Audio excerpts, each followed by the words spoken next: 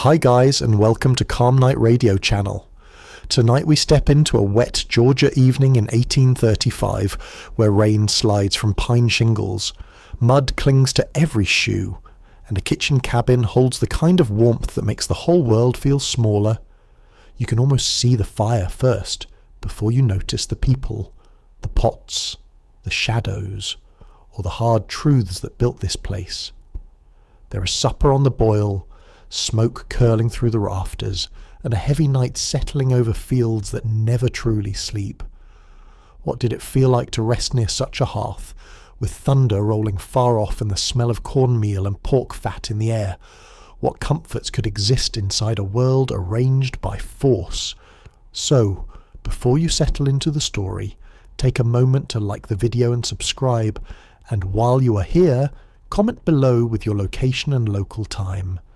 Now, dim the lights, and let the rain do part of the talking. You arrive at the kitchen cabin with damp cuffs, cold fingers, and the faint chill that follows a southern downpour.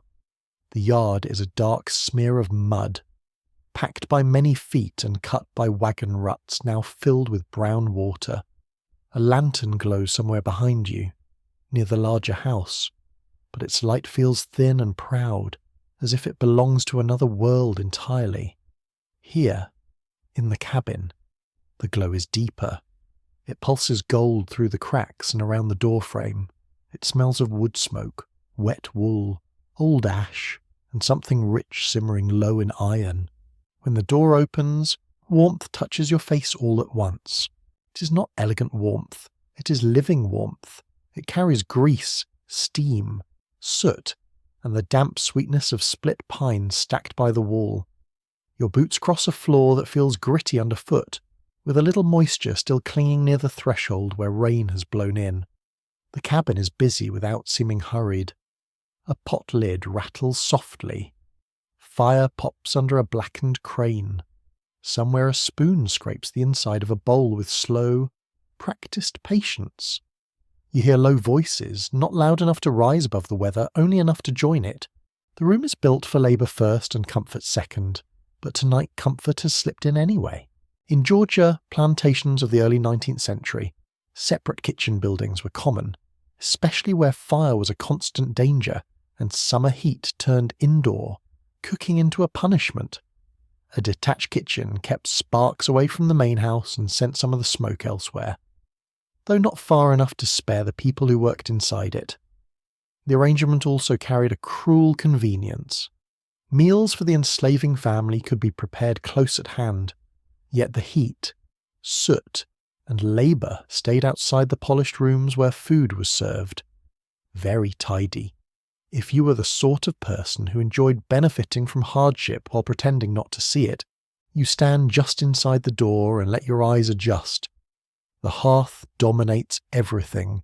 It is broad, brick-lined, and alive with a bed of red coals under fresh wood that hisses where rain dampness still hides in the grain.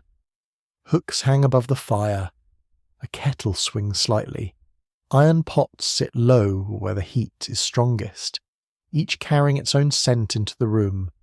One smells of greens cooked long with salted pork. Another carries the sweet, earthy steam of cornmeal.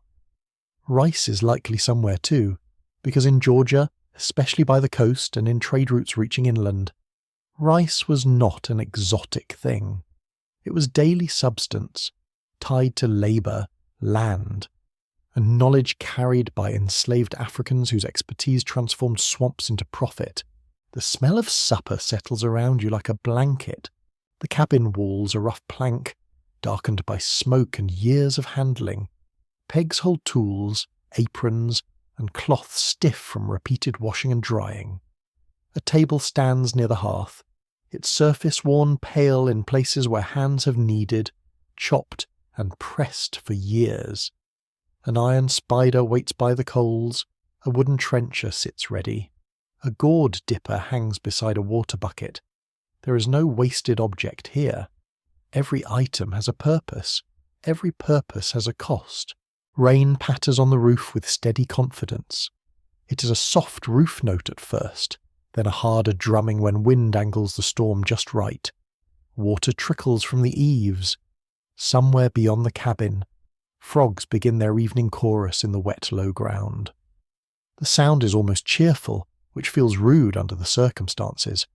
Crickets answer from the weeds. A mule shifts in a nearby shelter, stamping once, then settling. The storm makes the world feel enclosed. Inside, the air presses warm and close against your skin. Your sleeves start to dry. The smell of wet cloth fades under smoke and supper. A little steam fogs the edges of the small window opening. Firelight works on every surface, throwing bright gold on iron and turning shadows into moving shapes along the walls. It is the sort of light that makes small motions seem important. A hand reaching for a ladle, a wrist dusted with meal, a pot lifted just enough to stir. You notice how skill lives in these movements. Not showy skill, necessary skill. The sort learned through repetition so constant it becomes almost invisible. Plantation kitchens in places like Georgia drew on many food traditions at once. Corn was deeply rooted in native agriculture and long adopted across the South. Pork was common because hogs could be raised widely and preserved with salt, greens, beans, sweet potatoes, and rice moved through cooking pots in combinations shaped by availability, region, and the cooks themselves. African foodways mattered profoundly here. Methods of seasoning, rice cultivation knowledge, the use of okra in some districts, one-pot logic, and preferences for certain textures and flavours all left their mark. Southern plantation food did not fall from the sky in a silver dish. It was built, often by enslaved hands, out of memory, adaptation, and endurance. You move closer to the hearth and hold out your palms. The heat reaches deep into your fingers now, stinging a little as sensation returns. On the table rests a pone of cornbread cooling in a pan, its crust browned and slightly cracked. Beside it sits a wooden bowl where a spoon has left a crescent mark through thick mush. Perhaps hoe cake batter or another corn preparation ready for the skillet. A side of cured meat waits on a board, sliced with more economy than generosity.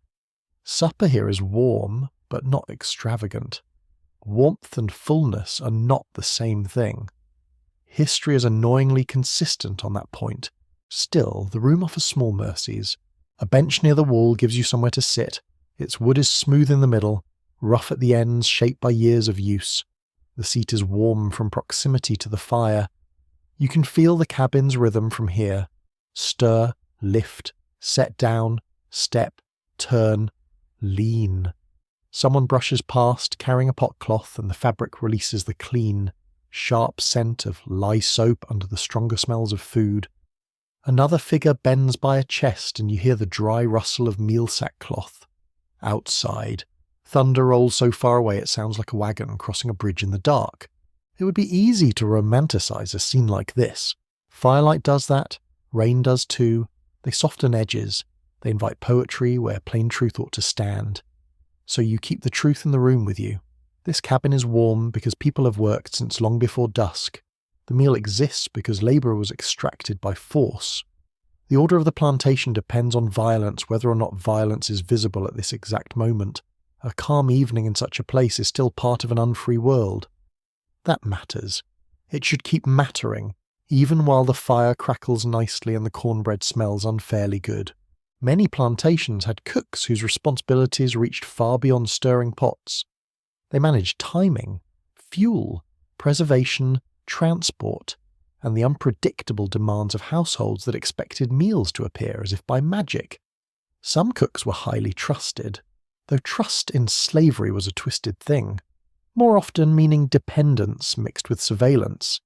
Skill could bring a little status within the plantation hierarchy, but it did not bring freedom. Historians agree on the importance of these workers, yet they still argue over how much day-to-day autonomy cooks could exercise in choosing ingredients, altering recipes, or distributing leftovers. The records, unsurprisingly, were often kept by people more interested in inventories than inner lives. A fat drop leaks through the roof somewhere behind you and lands with a tiny smack in a pan set to catch it. One drop only, then another, slower. Even sturdy cabins had moods in wet weather. Wood swelled, smoke shifted, drafts found new paths. The whole structure breathed with the storm. You look up and see rafters blackened by years of soot, crossed by hanging herbs or perhaps drying odds and ends difficult to identify in the half-light. Sage? Maybe. Pepper grass? Something medicinal? Plantation records mention herbs often enough, but the exact ways they were gathered, used, and shared from person to person often survive only in fragments. There is a small, odd detail that would not make most textbook writers very excited. Mice loved kitchen cabins. Grain, warmth, scraps, darkness. Perfect arrangement. Really. Cats sometimes hovered around these buildings with the self-importance of minor officials. You can almost imagine one now, tail wrapped around its paws, pretending the entire operation depends on its opinion. It probably did catch mice. It also probably stole fish when nobody looked. Balanced public service. The supper begins to gather itself into final form. Greens are lifted from the pot, glossy and dark. Cornbread is turned out and broken. Meat gives off a salty perfume as it meets a hot surface one last time.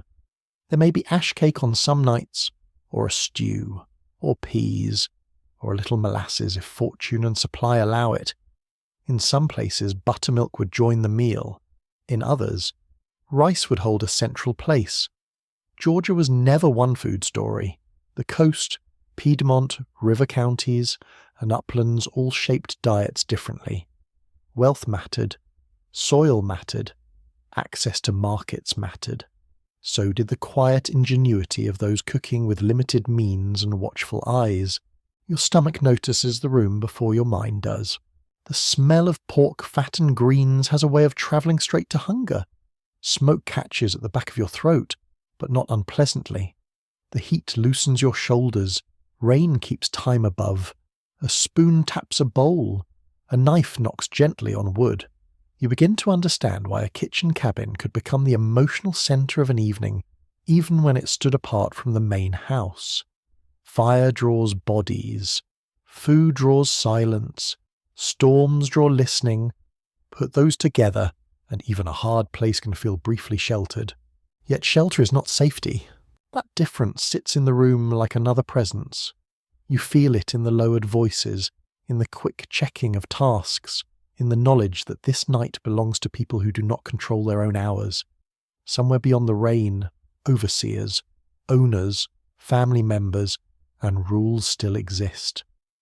The larger plantation breathes around this cabin, invisible in darkness but never gone. Cotton culture was tightening its grip across Georgia in these decades, especially after the forced seizure of indigenous land opened vast areas to expansion. Enslaved labour was the engine of that growth. Supper came at the end of the day, but not at the end of exploitation. That machine did not sleep early. Still, human beings make room for life wherever they can. A murmur turns into a brief laugh. Someone tastes the pot and adds a pinch more salt. Another hand brushes flour from a skirt. There is a simple dignity and competence that no system can entirely erase. The room feels inhabited, not merely used. That distinction matters too. Historians often search plantation archives for ledgers, bills, crop tallies, and wills. But the emotional texture of a place like this survives in harder ways to measure. Where on a bench. Suit height on the wall. Food remains in a storage pit. A passing mention in a diary. A recipe remembered generations later. Sometimes the smallest traces carry the deepest pulse. The fire settles lower and steadier. The loud crackling gives way to a red, breathing glow. Supper is ready now, or near enough. Bowls wait. Hands move with the confidence of repetition. The rain softens outside into a more even whisper, as if the storm has accepted that the cabin belongs to the night and sees no reason to argue further. Your clothes are mostly dry. Your face is warm. Smoke has entered your hair and will stay there. The bench press is solid beneath you. The smell of corn, greens, and salt hangs close. You sit in the hush that comes just before eating. It is one of the oldest pauses in the world. Not peace exactly, so not ease, but a pause in the doorway. The dark yard gleams with rainwater. Beyond it lies the plantation, stretched under cloud and pine and authority. Inside, the cabin holds its little island of light. The hearth shifts. A coal falls inward. Supper waits in simple dishes. The roof ticks with cooling drops. And you rest there, in warmth borrowed from wood and labour, while the wet Georgia night gathers itself around the walls. The hearth is the first thing that teaches you the cabin's true scale. From outside, the building seems modest, almost shy in the rain. But once you stand within its warmth, the fire enlarges everything. Brick, iron, wood, smoke, and breath all gather around that glowing centre. The room is not spacious in the grand sense. No one here is trying to impress a guest with elegant proportions or decorative genius. Yet the cabin feels full in the way a hand feels full when it closes around something warm and useful. Every corner has a reason. Every tool has a place, even if that place is temporary, improvised, or claimed only until someone else needs it. You sit close enough to feel the fire on your shins. The heat rises unevenly, stroking one side of your face while the other still remembers the damp evening outside. It is a particular kind of southern indoor warmth, not delicate and not entirely clean. It smells of resin from split pine, old soot sleeping in the chimney throat, and grease that has lived many lives in many meals. The air brushes your skin with alternating softness and sting. Lean too close, and the fire bites. Sit too far away, and the cabin's cooler edges creep back into your sleeves. So you settle into the middle ground, which is where most people spend their lives anyway. The fireplace is broad enough to command respect. Its mouth opens low and wide, framed in brick darkened by smoke and years of use. Ash lies pale near the front, but deeper inside the coals glow a patient orange, breathing through a bed of char and cinder. Hooks descend from an iron bar. A crane arm swings slightly when handled, carrying kettles whose rounded bottoms catch the firelight in dull, oily gleams. A trivet stands ready near the edge. Long-handled tools lean against the side wall like silent servants waiting for orders.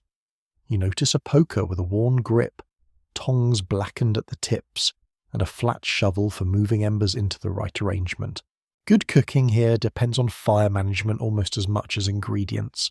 That may sound obvious, but it is easy.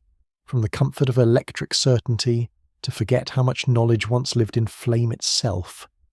The cook must read colour, hear the hiss of moisture in fresh wood, feel the draught, and judge whether the coals are fit for baking, boiling, frying, or holding something at the edge of readiness. Too much heat and a pot catches. Too little and everything drifts into dreary delay. Historians know a fair amount about ingredients listed in plantation accounts, but they still dispute how closely written recipes matched what cooks actually did in detached kitchens like this, where timing and heat were living variables rather than polite instructions in a book. The cast-iron pot murmurs softly. The sound is almost conversational, a gentle bubbling that seems to agree with the rain. Beside it, a smaller vessel gives off a sharper note, a quick tapping simmer as liquid nudges the lid. Steam rises in twisting ribbons, carrying scents that separate and mingle by turns. You catch something vegetal and dark, probably greens cooked down to tenderness. Then comes the thick, comforting scent of cornmeal, then salt and meat, then wood smoke again, folding around everything like a rough blanket no one asked for but everyone must share. The smell clings to the rafters. It settles into cloth. It enters your hair and remains there with astonishing confidence. The floor beneath you is made of packed boards, uneven and worn. In places, grain has lifted into splinters smooth enough not to snag, only to remind your feet that wood ages like people, by pressure and use. A few damp marks remain near the threshold, but closer to the fire the planks feel dry and warm. Fine ash has gathered in the cracks. Now and then someone's step leaves a half print in the soot dust, then another foot scuffs it away. The cabin does not stay still long enough to look staged. It is always becoming itself again through movement. On the wall hangs a row of objects that would make a museum case seem rather proud of itself. There are wooden spoons darkened by years of stirring, a whisk made from bound twigs, perhaps a ladle with a repaired handle, and a knife whose blade shines only where constant sharpening has kept it honest. A folded cloth hangs from a peg.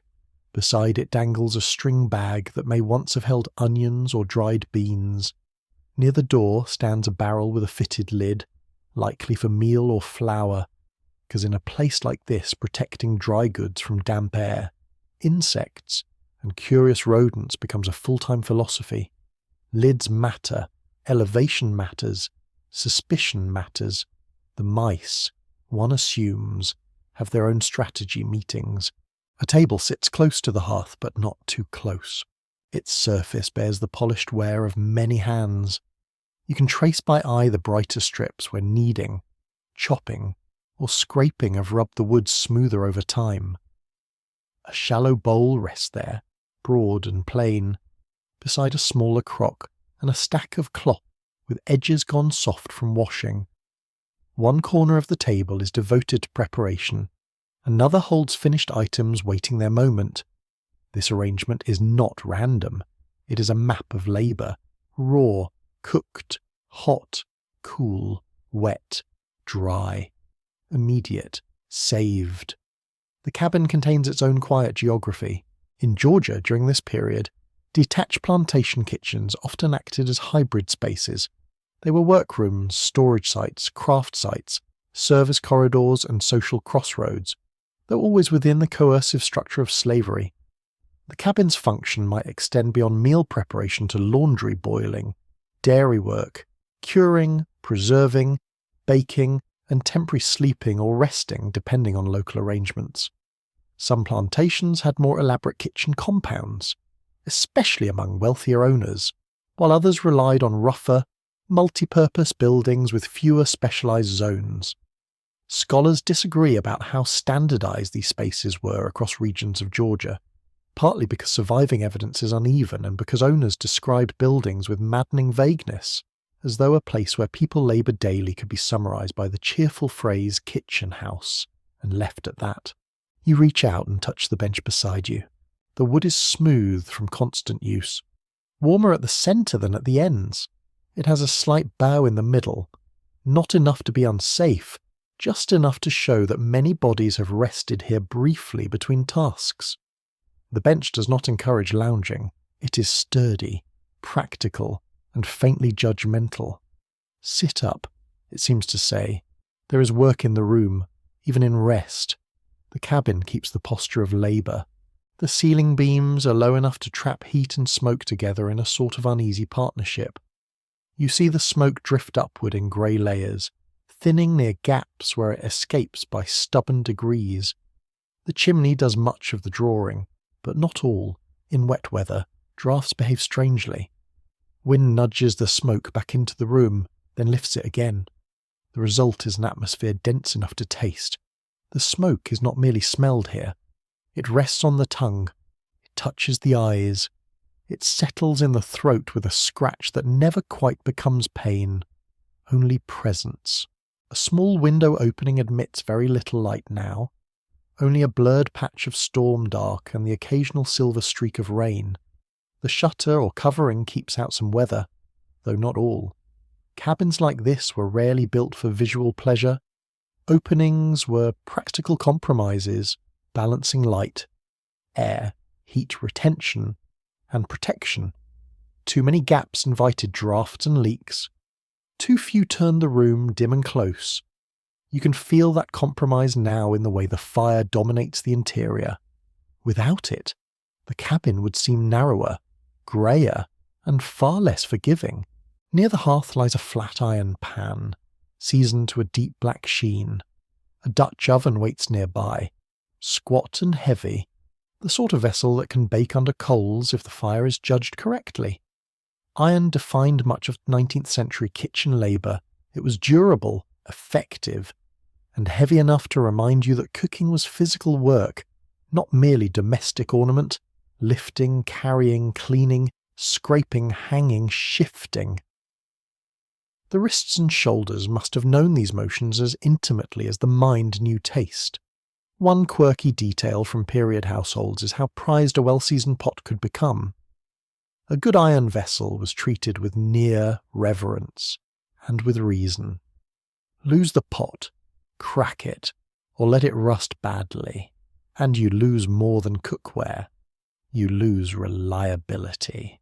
The cabin's smells keep changing as the fire shifts. That is part of its strange charm. One moment the strongest note is damp wood drying by the wall, then suddenly you catch hot fat, then singed meal, then the sweet mineral scent of steam condensing on brick. Somewhere there is onion, perhaps faint, perhaps only remembered by the pot. Somewhere there is pepper. Not every meal would be richly seasoned, but even a small amount of spice carries surprising authority in warm air. The smell of ashes beneath it all remains constant, dry and soft, like the smell of yesterday still helping with today. You hear fabric rustle as someone passes behind you. A skirt brushes the bench. A sleeve catches lightly on rough wood. Feet move across the planks with practiced certainty, avoiding the places where tools rest or where a drip might make footing slick. There is no wasted choreography. The room teaches economy of motion because it must. Two people crossing at once must turn slightly, pivoting around table corners, stove edges, and swinging kettles. Every movement considers heat. Every reach considers weight. A clumsy person here would last one afternoon before learning humility. The cabin also has a softer side, though it hides it well. By the wall sits a basket lined with cloth. Nearby, perhaps a folded blanket, perhaps an extra shawl, perhaps a little bundle of items too personal to leave lying openly. A mug stands apart from the others, chipped at the rim in a way that suggests long familiarity. Small possessions in such spaces carry emotional weight far beyond their market value. A spoon, a kerchief, a gourd, a stool repaired 3 times. These things belong to continuity. They say someone returned here yesterday and expected to return again tonight. In a world arranged to deny control, even that modest expectation could feel precious. The rain intensifies for a few minutes, rattling hard overhead, then eases into a softer pattern. Water runs from the roof edge in visible sheets outside the doorway. The sound changes the room's mood. Hard rain makes the cabin feel enclosed and stubborn. Gentle rain makes it feel tucked away. You listen as droplets strike a bucket somewhere outside with a hollow metallic ping. A draught brings in the scent of wet earth, then loses courage at the hearth and disappears. Detached kitchens like this could also become places where information moved. News overheard from the big house. Tidbits exchanged between workers. Market gossip. Household demands. Local rumours. And personal observations all pass through workspaces more often than owners realised or admitted. Historians remain uncertain about how much verbal exchange can be reconstructed from surviving records, because the archive favours commands over conversations, but it is hard to imagine a room so central to daily operations remaining silent except for cooking sounds. Human beings talk, even under pressure, especially under pressure. They talk. You glance toward a storage shelf where crocks and jars stand in shadow. Some may hold preserved food, some may hold lard, salt, vinegar, or molasses. Others may be empty for the moment, waiting the next use. A bunch of dried peppers could hang nearby in some kitchens, though not all. Herbs may dry from the rafters. Strings of something cured or saved may sway slightly when the door opens. Preservation is a quiet theme everywhere in the room. Fuel preserved against damp, food preserved against spoilage, heat preserved in embers banked overnight, effort preserved through routine. The cabin is not beautiful in the polished sense. It is beautiful in the useful sense, which is often the deeper one. Firelight on iron, steam against dark wood, rain whispering over a roof while food waits in heavy pots, brick holding warmth long after flame recedes, a bench shaped by generations of tired bodies, a spoon worn thin at the bowl. You look around and see a whole grammar of necessity, every object speaking in the plain language of use. And under that grammar, you sense another layer. Endurance lives here. Knowledge lives here. Constraint lives here too, and refuses to be prettified. The cabin was not built as a refuge in the generous sense. It was built to support a plantation household and the labour system beneath it.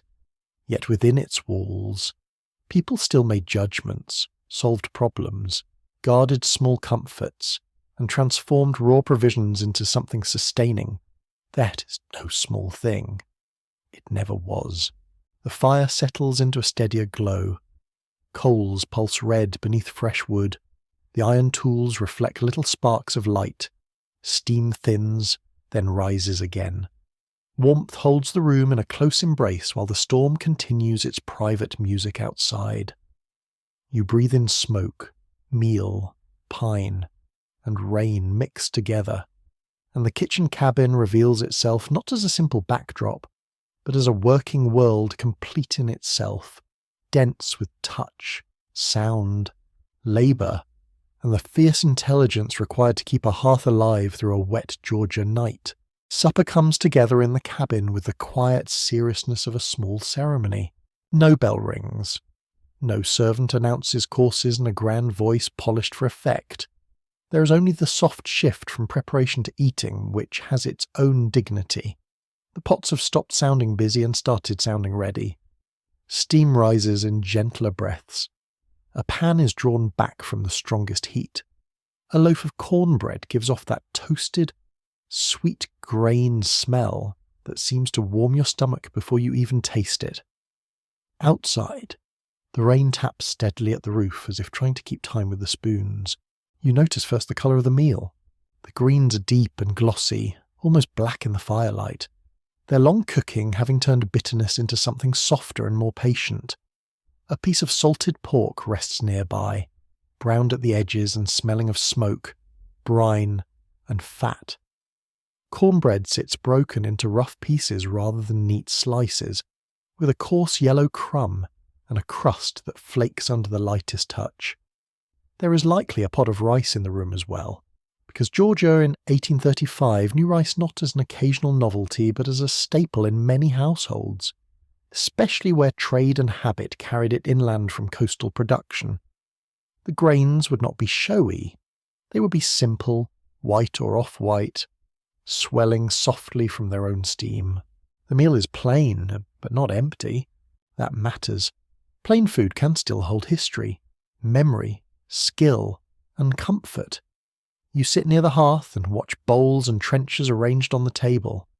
The wood beneath them is scarred by years of cutting and scrubbing. A spoon knocks lightly against a crock. Someone lifts a lid and the scent of simmered peas slips free for a moment. Earthy and mild. Perhaps there are cowpeas, perhaps field peas, perhaps beans. Georgia tables varied by county, season, soil, and supply. Some households leaned more heavily on corn. Others had easier access to rice. Sweet potatoes appeared often. Molasses might brighten a meal when available. A little buttermilk could change the whole mood of a supper, turning it from dry endurance into something that felt almost generous. You lean in as the food is served. The greens shine with a little pot liquor clinging to them, fragrant with salt and long simmering. That broth alone would have been prized, especially when food was scarce, because it held flavour, nourishment, and the memory of meat, even when actual meat was limited. Cornbread gives under your fingers with a tender crumb, then resists at the crust. It smells faintly sweet, faintly smoky, and strongly alive. The pork is not lavish. Nothing in this room is lavish. Yet its richness spreads through the air with almost ridiculous confidence. as if one small piece intends to season not only the dish, but the entire evening. That's pork for you, always entering a room like it pays rent. Corn in some form shaped much of the southern diet by this period. Long before European colonists arrived, indigenous peoples across the southeast cultivated maize in sophisticated agricultural systems, and colonists quickly adopted it because it was productive, adaptable, and filling. By 1835, cornmeal had become fundamental in plantation regions. It appeared as cornbread, ash cake, hoe cake, mush, grits, and other forms depending on local habit and circumstance. The exact texture could vary widely. Some breads were dense and crumbly. Some were softer and richer if milk, eggs, or fat were available. Some were baked in pans. Others were shaped directly in the hearth's heat. Historians agree on corn's central role, but they still debate how closely certain name preparations in written sources match the foods actually eaten by enslaved people. Because terminology wandered, and writers were not always careful observers, rice carries another story into the room. Georgia rice culture depended profoundly on the expertise of enslaved Africans, especially those from West African rice-growing regions whose agricultural knowledge proved essential in coastal plantations. Even inland, the influence of rice-eating habits and rice-based dishes spread through markets, trade, and culinary exchange. A bowl of rice on a Georgia plantation table was never just a neutral starch. It was linked to forced migration, technical knowledge, land transformation, and labour regimes that wrung enormous wealth from wet ground and human endurance. Yet in the cabin, the rice itself simply sits there steaming quietly, each grain separate or slightly clinging, ready to absorb gravy, pot liquor, or drippings from the meat. The smell is almost hypnotic. Steam from rice carries a clean softness. Greens bring depth and mineral warmth. Cornbread smells rustic in the best sense, like field and hearth meeting halfway. Salt pork threads through everything, lending a savoury edge that reaches you even before the bowls do. There may be onions in one pot, or a little pepper, or just the plain authority of salt. Seasoning was often limited by access and cost, but experienced cooks knew how to stretch flavour from scraps, bones, drippings, and time. Long simmering could coax surprising generosity from humble ingredients. It is one of history's least glamorous miracles. You take a piece of cornbread and feel its warmth in your palm. The crust is cooled enough to handle, but still keeps the memory of the pan. When you break it open, steam slips out in a faint puff. The interior is coarse, not cake-like, with grains of meal that make the texture slightly sandy against the tongue. It demands chewing. It asks to be paired with something wetter. A spoonful of greens solves that immediately, their broth sinking into the crumb and turning it savoury, soft, and deeply satisfying. A bite of pork after that changes the whole balance, adding salt, smoke, and a richness that lingers. It is easy to understand why combinations like this endured. Plantation cooking in Georgia was shaped by African, indigenous, and European influences that tangled together over generations. Indigenous agriculture contributed staples like corn and beans. European traditions brought certain preservation methods, livestock practices, and grain uses. African traditions shaped seasoning, cooking techniques, rice expertise, vegetable preferences, and one-pot approaches that made practical and culinary sense. This does not mean every dish was a tidy fusion with a neat label ready for a museum plaque. Real food history is messier than that. It emerges through repetition, constraint, adaptation, and human taste. Meals were not assembled to satisfy future scholars. They were made because people were hungry and had to work with what was possible. Some evenings might include sweet potatoes baked in embers. If so, their skins would blacken while the flesh inside turned soft and sweet, almost custard-like from the heat.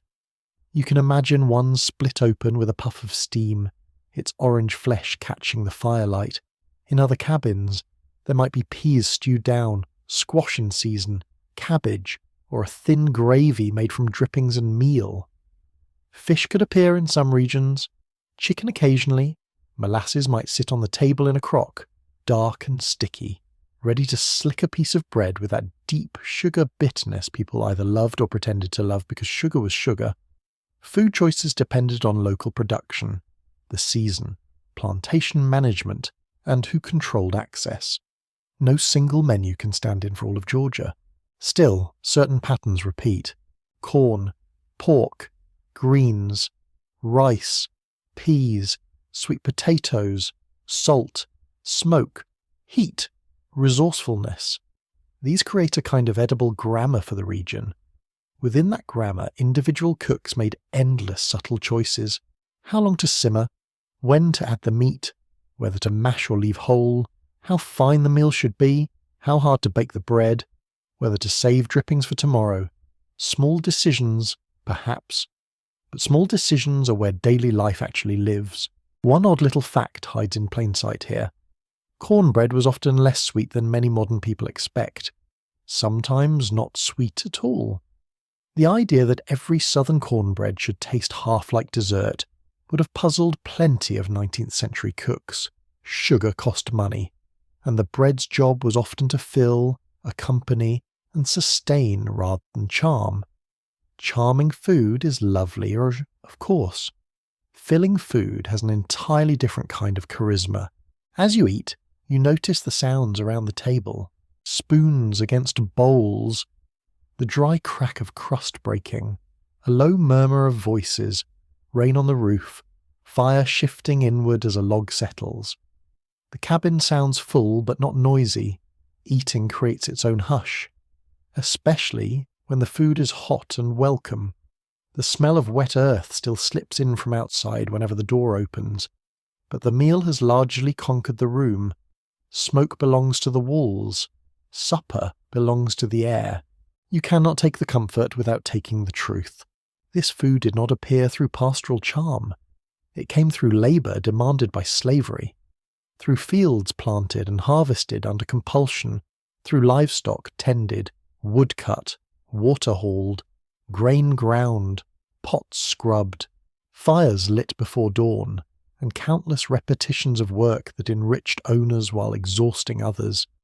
Even the refined tastes of the plantation household rested on this foundation. In the kitchen cabin, that reality stays close. The meal nourishes, yes, but it also reveals the structure that produced it. Warmth does not erase injustice. It only makes injustice easier for some people to ignore. Yet people did more than endure through food. They expressed knowledge through it. Recipes were not always written, and even when they were, much lived beyond the page. A skilled cook knew how weather-altered fire, a heavy rain could affect draught, drying wood, and even the mood of flour. Humid air changed storage. Greenwood smoked differently. Salt meat needed balancing. Rice demanded attention. Greens rewarded patience. This knowledge circulated hand to hand, eye to eye, through demonstration and repetition. Historians still disagree about how fully such expertise can be recovered, because the written record privileges owners and published cookbooks, but the food itself points toward those unseen teachers. Meals this coherent do not arise by accident. A little bowl of pot liquor may be sipped or soaked up with bread. That detail sounds humble, almost too humble for grand history, but it matters. Broths from long-cooked greens carried salt, fat, and flavour. Nothing useful was wasted if it could help the next hunger feel smaller. The same practical logic shaped many plantation meals. Leftovers might be reworked. Bones might flavour the next pot. Ash heat might bake something after the main cooking finished. A banked fire could spare labour in the morning. Economy ruled not because thrift was fashionable, but because waste had consequences. Your fingers grow slightly greasy from the pork. The surface of the cornbread leaves a dust of meal on your thumb. Steam warms your face. The bench is firm beneath you. Rain keeps falling, more gently now, tapping the roof in a soft, persistent rhythm. The room smells of supper and smoke and damp wood drying by the wall. It is a scent that manages to be both comforting and serious. which feels right for a place like this. There is pleasure in the food, and there should be. To deny that would be false. Human beings have always found satisfaction in a good bite, in a warm meal after labour, in salt and starch and steam on a wet evening. Enslaved people were not abstract symbols of suffering who floated through history without taste, humour, skill, or preference. They were people, fully human, with palates, memories, cravings, dislikes, opinions, and private standards. Some dishes would have been welcomed eagerly, others tolerated. Some cooks would have earned admiration for particular breads or stews. Some ingredients would have stirred memories of places and people beyond the plantation. Food can carry grief, but it also carries selfhood. The last bites of supper feel heavier and quieter. The hunger has eased. The bowls are marked with the paths of spoons. The fire has settled lower, giving more glow than flame. A crock is covered. Bread is drawn back from the table. Someone wipes a hand on a cloth, and the simple motion seems to close the meal. You sit with the taste of salt, corn, and greens still lingering, and the cabin feels fuller somehow, as though supper has turned the room from a workplace into a temporary harbour. Outside, rainwater runs through the yard in narrow channels. Inside, steam fades from the bowls. The smell of pork still hangs in the air. A faint sweetness from baked corn lingers beneath the stronger sense of smoke and ash. You rest there with warmth in your hands and supper in your stomach, aware that this ordinary meal contains a whole world of agriculture, migration, technique, coercion, adaptation, and care. It is not grand food. It is not decorative food. It is sustaining food, shaped by history at every stage, and on a wet Georgia night in 1835 that is more than enough to fill the cabin with meaning. Once supper is finished, the cabin changes its character again. The table still holds bowls and crumbs, but the meal no longer occupies the room as a central event. What remains is the labour behind it, which has been here all along. You begin to notice how every warm comfort in the cabin points back to a person whose work made it possible. The fire did not feed itself. The meal did not season itself.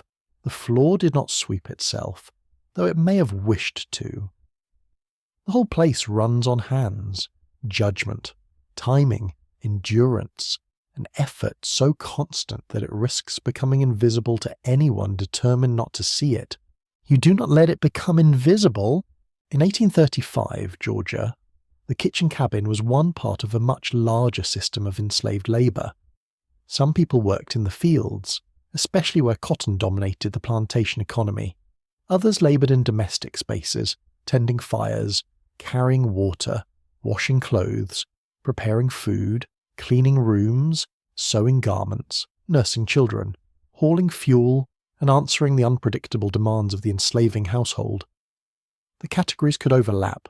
A person might cook, scrub, mend, and carry messages in the same day. Plantation records liked tidy labels. Real lives rarely stayed tidy for long.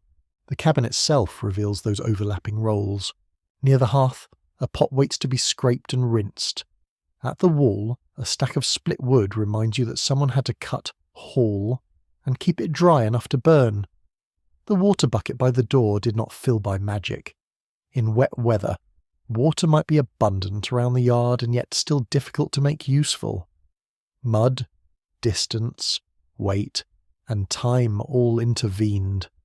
A full bucket is heavy in a way that seems almost personal. Carry enough of them over enough years and your shoulders learn a history no document fully records. The workers in places like this often rose long before daylight. Fires had to be revived or rebuilt. Dough had to be mixed. Meat might need tending. Water had to be drawn. Breakfast for the big house required timing, and timing required wakefulness before anyone else wished to admit morning existed. Then came the long middle of the day, with meals, cleaning, errands, and tasks spilling into one another. Evening did not bring stillness so much as a different arrangement of demands. Supper might be served, dishes washed, embers banked, food stored, surfaces cleaned, and plans made for dawn. A kitchen cabin held warmth. Yes, but it also held exhaustion. You can almost feel that exhaustion lingering in the bench. The wood beneath you has the polished centre of frequent use, but also the slight hardness of a seat never meant for leisure. Hands have rested here briefly, backs have leaned here for a breath or two, and then work resumed. The room carries that rhythm. Even now, after the meal, there is wiping, stacking, scraping, folding, checking. Someone lifts a pot and the iron sounds heavy even before it touches the table. Someone else shakes crumbs from a cloth, and the small movement seems practiced enough to happen without thought. Skill often looks effortless from a distance. Up close, it looks like repetition shaped by necessity. Domestic labour under slavery could appear less brutal to outside observers than field labour, but that appearance was misleading. The tasks were physically demanding, time-consuming, closely supervised, and often emotionally exhausting. Those working near the enslaving household also navigated constant scrutiny, uneven expectations, and little privacy. A cook might be trusted with valuable supplies, yet blamed for shortages she did not create. A nursemaid might be praised and controlled in the same breath. A laundress could spend hours over steaming kettles, only to be judged by impossible standards of cleanliness. The language of plantation households often dressed these roles in false intimacy, as though daily proximity made coercion gentler. It did not. The cabin's tools keep this truth in plain sight. Look at the iron pot. Lift it once and you understand something about the wrists and arms required here. Consider the wash kettle used on other days for laundry or boiling. Picture hauling wet cloth, stirring it in heat, wringing it by hand, carrying it out, lifting it again. Think of the ash, the soap, the standing, the bending, the lifting, the smoke in the eyes, the heat on the face. None of this was decorative labour. It was body labour, repeated body labour, the kind that settles into joints and muscles until effort becomes the default condition of being awake. Yet within that effort there was expertise. A skilled cook knew how to stretch supplies, how to manage several dishes at once, how to keep fires at different heats, and how to anticipate the demands of a household that expected seamless service. A woman assigned to dairy work knew temperatures, textures, timing, cleanliness, and spoilage. A seamstress knew repair, fitting, cloth economy, and speed. Knowledge lived in these tasks with remarkable density. Historians agree that enslaved workers sustained plantation households through high levels of practical intelligence, but they still debate how much room individuals had to shape routines according to their own judgment rather than direct instruction. The answer likely varied from plantation to plantation, and even from day to day, depending on oversight, personality, and circumstance. You notice the apron hanging near the wall? It is not grand cloth. It is work cloth, worn soft from use and marked by soot, meal, and old washing. Garments like this are humble archives. They hold stains from certain foods, tears from certain snags, repairs made in poor light, and the daily abrasion of repetitive motion. Clothing on plantations often passed through many hands and many lives. Enslaved people might receive coarse-issued garments, patched and repatched until fabric nearly turned to memory. A cook or domestic worker could adapt clothing for practicality, but rarely out of abundance. Fit mattered because work demanded movement. Comfort mattered because fatigue never left the room. The smell of supper has not vanished. It lingers in the air with wood smoke and damp pine. But now another scent rises beside it. Warm water on iron, wet cloth. The faint clean bite of lye soap from something recently washed. These smells tell you the room is returning to labour after nourishment. Eating was never the end of work here. It was a small island within work. A satisfying one, perhaps, but still surrounded on all sides by duty.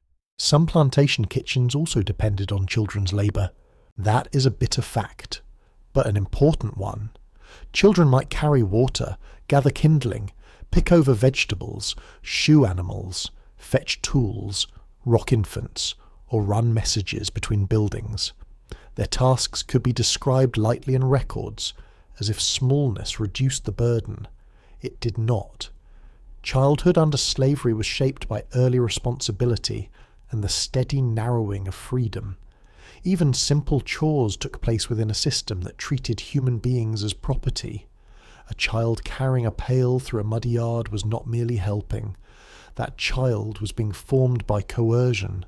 There is a scholarly uncertainty that hangs over rooms like this. Historians can estimate routines from plantation journals, memoirs, account books, archaeological remains, and later oral histories, but the exact cadence of a single evening often escapes full recovery. Who spoke softly while scraping a pot, who sat down first, and for how long, who held back a larger portion for someone still working elsewhere. The archive rarely tells you. It preserves authority better than tenderness. It records ownership far more readily than habit. So scholars piece together the human texture of plantation labour from fragments, and the fragments are often frustratingly thin. Still, the fragments matter. Archaeologists working at plantation sites have found evidence of food preparation, discarded bones, ceramics, bottle glass, buttons, beads, pipe fragments, and burned surfaces that help reconstruct the working world of cabins and yards. These remains do not speak in full sentences, but they do insist on presence. Someone cooked here, someone ate here, someone repaired something here, lost something here, swept here, spilled here, endured here. Material traces may be quiet, but they can be stubbornly honest. A quieter sort of labour also moved through the plantation. There was emotional labour, though no one called it that at the time. Smiling when required, anticipating moods, soothing children not your own, reading danger in a tone of voice, listening for footsteps, measuring when silence was safer than speech. Domestic workers near the big house often carried this burden heavily, because closeness to power did not create safety. It created exposure. The kitchen cabin sat near enough to household expectation to feel those pressures directly, even when the walls held their own little world of smoke and shadow. You hear a bowl being stacked onto another. The soft clink seems almost tender in the rain washed quiet. Outside, water drips from the roof in a steadier rhythm now. Inside, the cabin glows with a lower, redder light as the fire settles. The room feels tired, not empty, not peaceful exactly, but tired in a deep and lived-in way. Tired rooms are often truthful rooms. One strange little detail from plantation life is how often owners bragged about good management while leaving behind evidence of disorder everywhere. Accounts might praise discipline and efficiency, yet kitchens leaked, cabins needed repair, tools went missing, supplies spoiled, and work depended on constant improvisation by the enslaved people supposedly being managed. Systems of control like to imagine themselves flawless. Everyday labour reveals the patchwork, and the patchwork depended on people. Someone knew which wood caught fastest on a wet evening. Someone knew where dry meal had been stored away from damp. Someone knew which pot warped slightly on one side and needed turning. Someone knew how much salt remained in the crock without having to look twice. Someone knew which child could be trusted to carry embers and which one would get distracted by a frog in the yard. These are not grand historical facts, yet they are the very substance of lived history. The plantation economy rested on such knowledge while refusing to honour the people who held it. The more you sit in the cabin, the clearer that becomes. Warmth, order, food, and routine were not gifts distributed from above. They were made from below, again and again, through work that plantation owners counted on as if it were a natural feature of the world. But nothing about it was natural. It was produced, maintained, and paid for by human bodies under coercion. Even this quiet evening meal, with its modest comfort and rain-brushed hush, rests on that undeniable truth. You look toward the doorway and imagine the wider plantation beyond the dark. Field hands returning late, a light in the larger house, mud pulling at shoes, a wagon standing silent by the shed. Somewhere, perhaps. Laundry still damp from the weather. Somewhere, perhaps. A child already half asleep. Somewhere, almost certainly. Another task waiting to be finished. The cabin belongs to all of that, and yet it also holds its own gravity. It is where labour becomes visible if you choose to look straight at it. The last dishes are set aside. A cloth passes over the table once more. Coals shift with a low sigh. The room smells of damp wool, old smoke, warm corn, and soap. Your hands rest on your knees, still carrying a trace of grease and grain. The bench presses firmly beneath you. In the hush after supper, the plantation kitchen cabin seems to reveal its deepest truth. It is not simply a place where food is made. It is a place where a whole system of dependence, skill, coercion, and human resilience gathers around a single fire and leaves its mark on every object in the room. The rain takes over the night with quiet authority. It does not shout or rage now. The storm has moved past its dramatic entrance and settled into something steadier, more patient, almost intimate. You hear it on the roof in layers, a soft brushing over the shingles, a firmer tapping where drops gather and fall from the edge, a watery whisper running through the yard beyond the doorway. The cabin seems wrapped in that sound, held inside it like a lantern behind wet glass. Fire gives the room its warmth, but rain gives it its mood. You listen, and the building begins to speak. Every old structure has a language of weather. This cabin answers the storm through creaks, ticks, and little shifts in the wood. A board near the wall gives a small complaint as the damp air swells it. A beam overhead settles with the faintest groan. Somewhere near the back, a loose bit of wood answers the wind with a delicate tremor.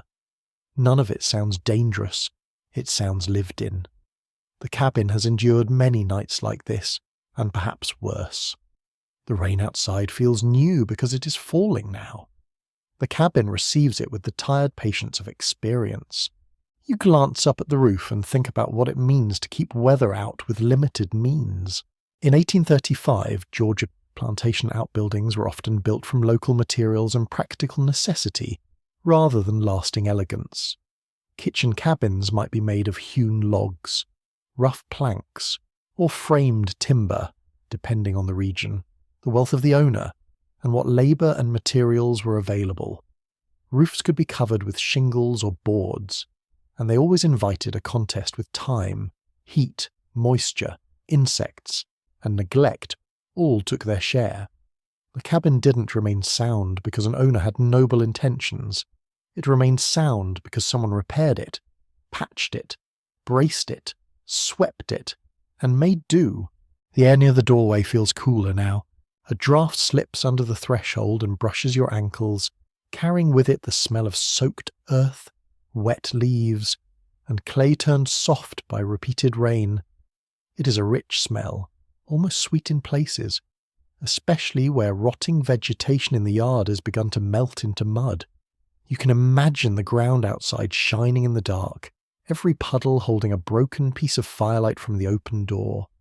The cabin is dry enough to feel secure, but not sealed. No such building could be. Weather always found its way in through scent, sound, and tiny channels of cold. Their partial shelter shapes the whole experience of the room. The walls are not thick enough to erase the world. They only soften it. Rain remains audible. Wind still influences the smoke. Dampness lingers in the corners. A roof leak, even a small one, becomes part of the night's arrangement. Near the far wall, a pan has been set beneath a slow drip. Each drop lands with a tiny note, irregular but insistent. You wait for it. There, then silence, then another. It is a small sound, but in a warm room after supper, small sounds become astonishingly important.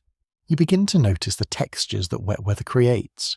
The rough plank wall feels cooler to the touch than it did earlier, though not cold. The bench remains warm where the fire reaches it, but a little dampness seems to live at its edges. Your sleeve, dried near the hearth, now brushes air thick with steam and smoke and faintly renewed moisture from the storm. The floorboards near the door hold a slickness from tracked in mud and old water that never entirely left. Even the iron seems changed by the weather, carrying a darker sheen in the firelight, as if the damp has polished it into seriousness. Buildings like this demanded constant maintenance. Chimneys needed tending, roofs needed patching, shutters needed mending, walls had to be chinked or caulked against drafts. Loose boards were nailed back, rotten wood was replaced if supplies allowed it. Many plantations relied on enslaved carpenters and other skilled workers for such repairs, though owners often boasted about thrift as if thrift itself hammered nails. In truth, the condition of outbuildings varied enormously. Some were sturdier than others. Some were patched so often they must have looked like garments repaired past dignity. Historians can reconstruct broad patterns from descriptions and surviving structures, yet they still argue over how representative the better preserved buildings are, since the most fragile cabins often vanished first and left only traces in soil and memory. The rain thickens for a few moments and the roof responds with a stronger drumming. It's almost musical, not cheerful music, more like a steady hand on a frame drum, low and repetitive, lulling the mind towards stillness. The fire answers with soft pops as a log shifts and sends a bright vein through the coals. Smoke curls upward in a looser ribbon than before, then hesitates when the draught changes. Wet nights could play tricks with chimneys. Sometimes smoke drew cleanly. Sometimes it rolled back into the room with the offended air of a guest who had forgotten a glove. Tonight it behaves well enough, though the cabin still tastes faintly of it. Outside, the world beyond the yard seems to dissolve. You cannot see the fields from here, only imagine them under darkness and rain. Furrows turn to black lines of water. Paths become slick. Fences shine briefly when lightning flickers far away behind the clouds. Trees stand heavier, their leaves dripping, their trunks almost black. The plantation at night is not the same place it is by day. Boundaries blur. Distances feel larger. Sounds travel differently. A barking dog seems farther away than it is. A wagon wheel settling in mud might be mistaken for thunder. Even the great house, with all its claims to permanence, would feel smaller under this weather. The cabin, meanwhile, feels more complete. Rain has a way of drawing attention inward. You notice the fire more because the world outside is wet. You value the dry corner more because the yard is a swamp of clay. You appreciate the solid wall at your back because wind keeps worrying the eaves. In that sense, bad weather can make even a hard place seem briefly generous. That does not turn the place into comfort alone. It simply sharpens the contrast between exposure and shelter. Some cabins in Georgia were raised slightly off the ground to help with damp, though not always enough to defeat it. Others sat low and suffered for it during prolonged wet periods. Mud around foundations encouraged rot, insects, and general misery. In warm regions, termites and other wood-destroying creatures were a persistent enemy. One quirky but entirely practical truth of old southern buildings is that chickens, dogs, cats, and people all became unwilling experts in the geography of dry spots. Everyone knew where the ground stayed firm, where drips formed, and which corners to avoid during a storm. Architectural knowledge can be very grand in books. In life, sometimes it begins with not wanting wet feet. You hear something scratch faintly outside the wall. Perhaps a branch dragged by wind. Perhaps an animal nosing under the eaves for better shelter. Rain drives all living things toward cover, even creatures that pretend to prefer the wild dignity of outdoors. Frogs continue their busy chorus from the wetter ground beyond the yard. Insects rise and fall in the dark with that soft, electric hum southern nights carry even in rain. Once, a whippoorwill calls from farther off, its voice thin and haunting through the water-heavy air. The sound hangs there, then disappears, leaving the roof to resume its steady conversation. Cabins like this held heat well in some ways and poorly in others. The hearth could make the interior warm enough for comfort on a cool, wet evening, but heat was uneven. Sit near the fire and your face glows while your back cools. Move toward the wall and the air changes at once. Near the rafters, heat gathers. Near the floor, drafts creep. Bedding, if any was laid here on some nights, would have to negotiate all of this. Too close to the fire and it would feel close and smoky. Too far and dampness would press in. Every sleeping arrangement was also a weather arrangement. You rest your hand on the wall beside you. The wood is rough, ridged with grain and faintly cool. It does not feel polished by design, only by contact.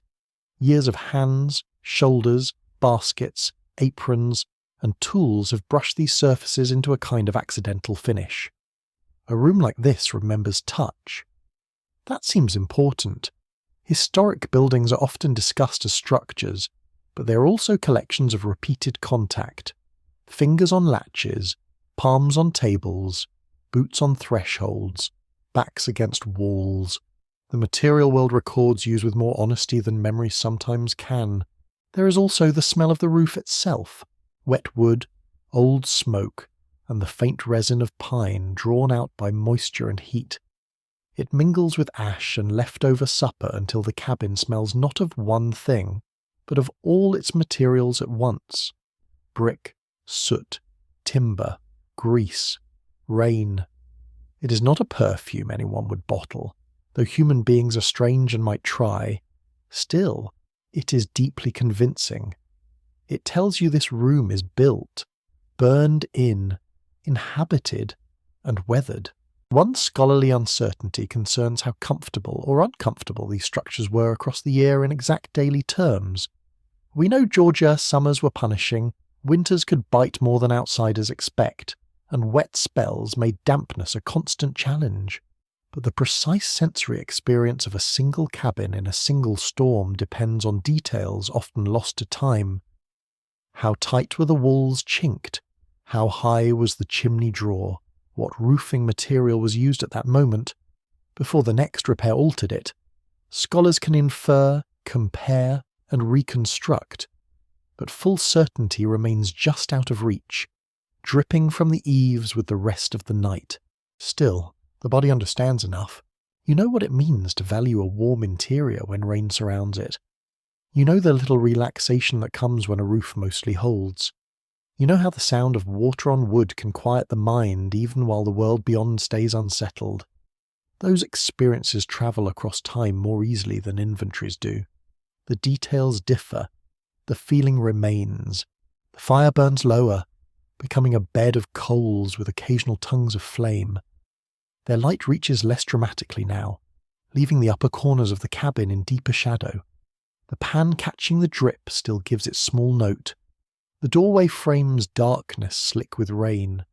Somewhere outside, run-off threads through the yard in miniature channels, carrying bits of straw, ash, and leaves along the ground.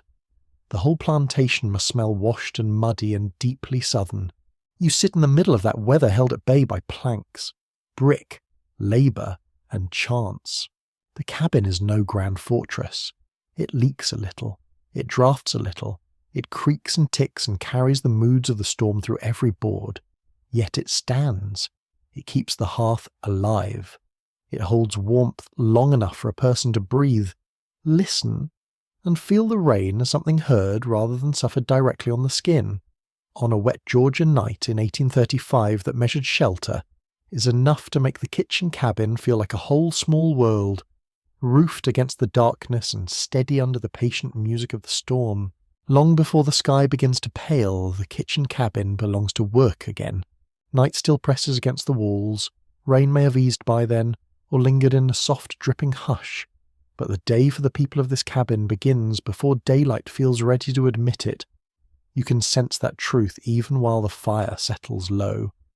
Morning here is not an event announced by rosy clouds and poetic birdsong. It is a task. It arrives in darkness, in cold ash, in stiff shoulders, in hands already reaching for wood, water, meal, and iron before the yard can be seen clearly at all. You imagine the first motion of the day. A figure rises from shallow rest with the cabin still dim and close. The air is cooler now, especially away from the hearth. Ash lies pale over the coals like a blanket that must be disturbed. A hand reaches for the poker, another gathers kindling kept back from the damp, dry splinters of pine, a twist of saved paper if there is any, perhaps a pinch of old embers coaxed into life. Then comes the careful breathing of the fire, that patient rebuilding of heat from almost nothing. The first flames are small, nearly shy. Soon enough they gain confidence. That skill alone deserves more admiration than it usually gets. Starting a fire before dawn in a humid Georgia cabin was not romantic business. It meant knowing which wood would catch fastest, which pieces had stayed dry enough through the weather, and how to bank coals the night before so the morning did not begin in total defeat. A careless fire wastes time. A smoky one stings the eyes and slows every task. A weak one delays breakfast, and delay on a plantation had a way of travelling upward into blame. Owners loved punctual service with the serene ignorance of people who never had to coax flame from yesterday's ashes. Once the fire takes hold, the room begins to wake. Heat pushes gently into the chill. Brick warms in stages. Iron loses its night cold. The cabin air changes from stale darkness to wood smoke and damp steam. You hear soft sounds gathering around the new day, a lid lifted, a bucket set down. Meal poured into a bowl with a dry whisper of grain. Perhaps a spoon strikes crockery once, then is still. Outside, the ground remains wet from the storm, and every trip beyond the doorway means mud, cool air, and wet grass clinging to hems. Water must be fetched early. That simple fact carries a whole morning's labour inside it. Buckets need filling before cooking can truly begin. Water for boiling, washing, stirring, and cleaning. Water for the household's tea, coffee, or other demands. Water for whatever task arrives next without warning. A person carrying a full pail through a dark, muddy yard learns the exact weight of necessity. The handle bites the hand. The shoulder adjusts. Boots or bare feet judge each step in poor light. The body leans slightly to correct the sway. Reach the cabin without spilling too much, and that alone is a small victory. Morning food in 1835 Plantation, Georgia often depended on speed as much as substance. Cornmeal preparations were common because they were filling and adaptable. Mush, grits, hoe cakes, ash cakes, or other forms could be prepared according to available time and ingredients. Leftover cornbread might be reheated or broken into milk if milk was at hand. Salt pork could be fried or warmed. Rice might appear, especially where local habit supported it. Biscuit making required flour and fat enough to justify the effort, and some households expected such things with unreasonable confidence.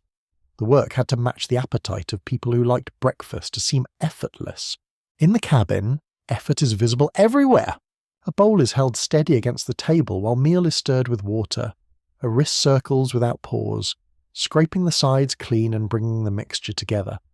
Another hand tends the pan, sliding it nearer the hotter part of the hearth.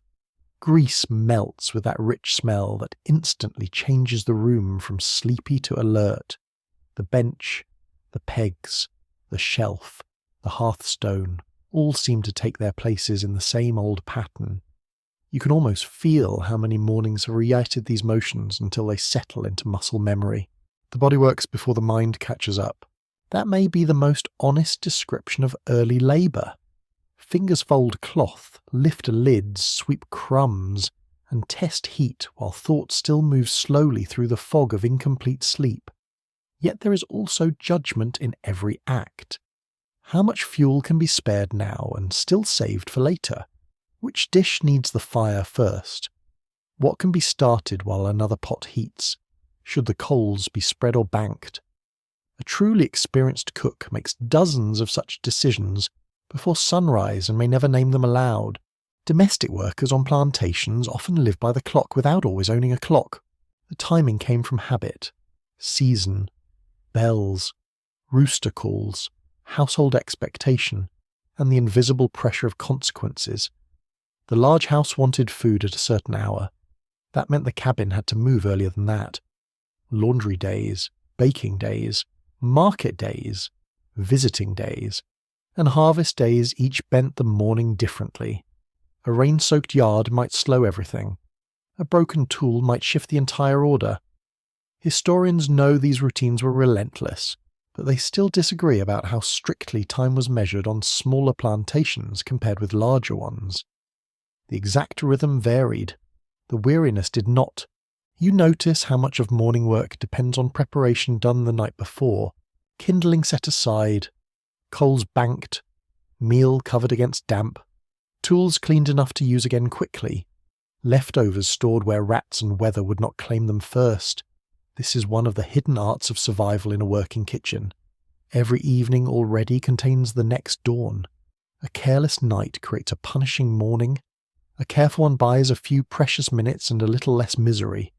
That kind of foresight rarely earns praise in plantation records. It should have. The smells of pre-dawn labour differ from supper smells. They are sharper, less settled, more practical. Fresh smoke, wet ash disturbed, heating iron, meal hitting warm fat. Perhaps coffee for the big house, bitter and dark, carrying that smell of importance people always attach to imported things. Perhaps the sweetness of milk warming gently if there is dairy to manage. Perhaps salt meat meeting a hot surface with an immediate hiss. Morning smells are not cosy in the same way as evening ones. They feel brisk, urgent, and slightly unforgiving. Outside, the plantation would still be mostly shadow. A few lights might show. A lantern moving across the yard. A glow in the main house. A door opening somewhere with a stripe of yellow light across the mud. Chickens stirring under shelter. A mule shifting in its stall. The wet ground reflecting whatever brightness it can steal. Dawn in such a place is less a sunrise than a gradual surrender of darkness, and work starts well before that surrender is complete. Children could be awake early too, depending on their assigned chores. A small pair of hands might gather chips for the fire, shell peas, carry a lighter pail, or mind a younger child while adults rush through the first tasks. Childhood in this world did not protect anyone from labour for long. Even when a child's job appeared small, it was bound into the larger system of discipline and extraction. The morning could teach obedience before it taught ease. That is a hard truth to hold, but an important one. There is a curious detail in old food history that often gets overlooked. Leftovers were not merely tolerated, they were strategy. Cold corn pone, yesterday's rice, saved drippings, broth from the prior evening, bits of pork fat, all could become part of the next meal. Modern people sometimes act shocked by this, as if the past should have arranged itself around endless novelty. The kitchen cabin has no patience for such nonsense. Here, yesterday helping today is simply intelligence. As the fire grows stronger, the walls begin to glow again. The rough planks catch orange light. Steam rises from a pot in soft white twists. The chill at floor level retreats a little. Your fingers, if you hold them near the hearth, feel that first sting of returning warmth. Somewhere a spoon scrapes the bottom of bowl with determined rhythm. Somewhere else cloth brushes wood as a surface is wiped clear. The cabin's morning music is made of these small sounds, joined by the fading drip from the eaves outside. A skilled cook also had to think several hours ahead. Breakfast was only the beginning. Bread for later might need mixing. Meat might need salting or checking. Vegetables had to be cleaned, water replenished. The big house might demand something special for guests, or something fussy because someone woke with preferences. There might be preserving, scalding, skimming, or baking to manage before noon. The labour was not linear. It branched and overlapped. One task always leaned into the next. Scholars still argue over how much individual recognition some cooks received within plantation households. Certain names appear in letters, bills of sale, memoirs, or estate papers. especially when a cook's skill was considered exceptional or economically valuable. But recognition in such records is deeply compromised. It comes filtered through ownership, praise tangled with possession. The archive may say a woman was an excellent cook, yet it will not tell you what she thought of the people she fed, or whether she guarded secret variations of a dish, or how exhaustion felt in her knees at dawn. The silence around those inner realities remains one of the great frustrations of plantation history. Even so, the cabin tells part of the story without words. The smooth grip of a spoon, the polished edge of a table, the ash pattern near the hearth, the bucket placed where it can be reached quickly, the cloth folded for immediate use. These details reveal competence. They reveal repetition. They reveal a working intelligence so embedded in the room that you almost feel the cabin itself knows how morning goes. The first birds begin at last.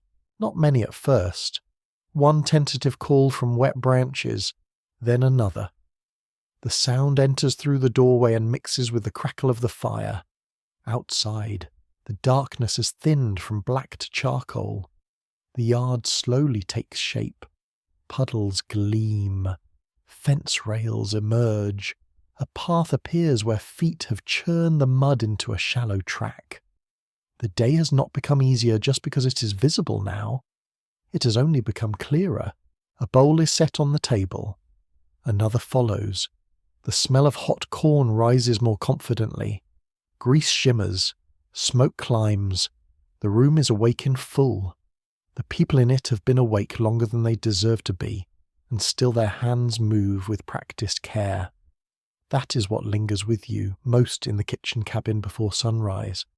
Not only the hardship, though it is real. Not only the fatigue, though it sits everywhere. What lingers is the quiet mastery required to make a day begin from darkness. Damp wood, cold iron, and sheer necessity. Then turn all of it into heat, food, and forward motion before the sun has even lifted itself over the Georgia trees. By evening, the cabin gathers a different kind of warmth. The day's work has left its marks everywhere. In the ash near the hearth, in the damp hem drying by the fire, in the tired way a hand settles on the table before rising again. Yet once the busiest labour loosens its grip, another life begins to show itself inside the room. The fire is no longer only a tool for boiling and baking. It becomes a circle of light where voices can lower, where silence can mean listening rather than strain, and where the night outside feels far enough away to let memory come closer. You sit still and let the room soften. The rain has thinned to occasional drips from the eaves. Smoke rises more gently now, taking its time near the rafters before slipping upward. The coals hold a steady orange glow, with blue edges appearing now and then where heat is strongest. That colour seems private somehow, like the fire is revealing a secret only to those patient enough to watch. A kettle rests near the edge, no longer at a fierce boil, just keeping a little warmth. The smell in the cabin has changed as well. Supper's faded into background traces of corn, greens, and old pork fat, while wood smoke, damp pine, and warm brick take the lead. This is the hour when stories fit best. Not grand speeches, not polished tales arranged for applause, smaller stories, perhaps, spoken while hands still have something to do, a cloth folded, a spoon dried, a garment mended in low light. Human beings rarely stop working all at once, but they do sometimes let words travel alongside the work.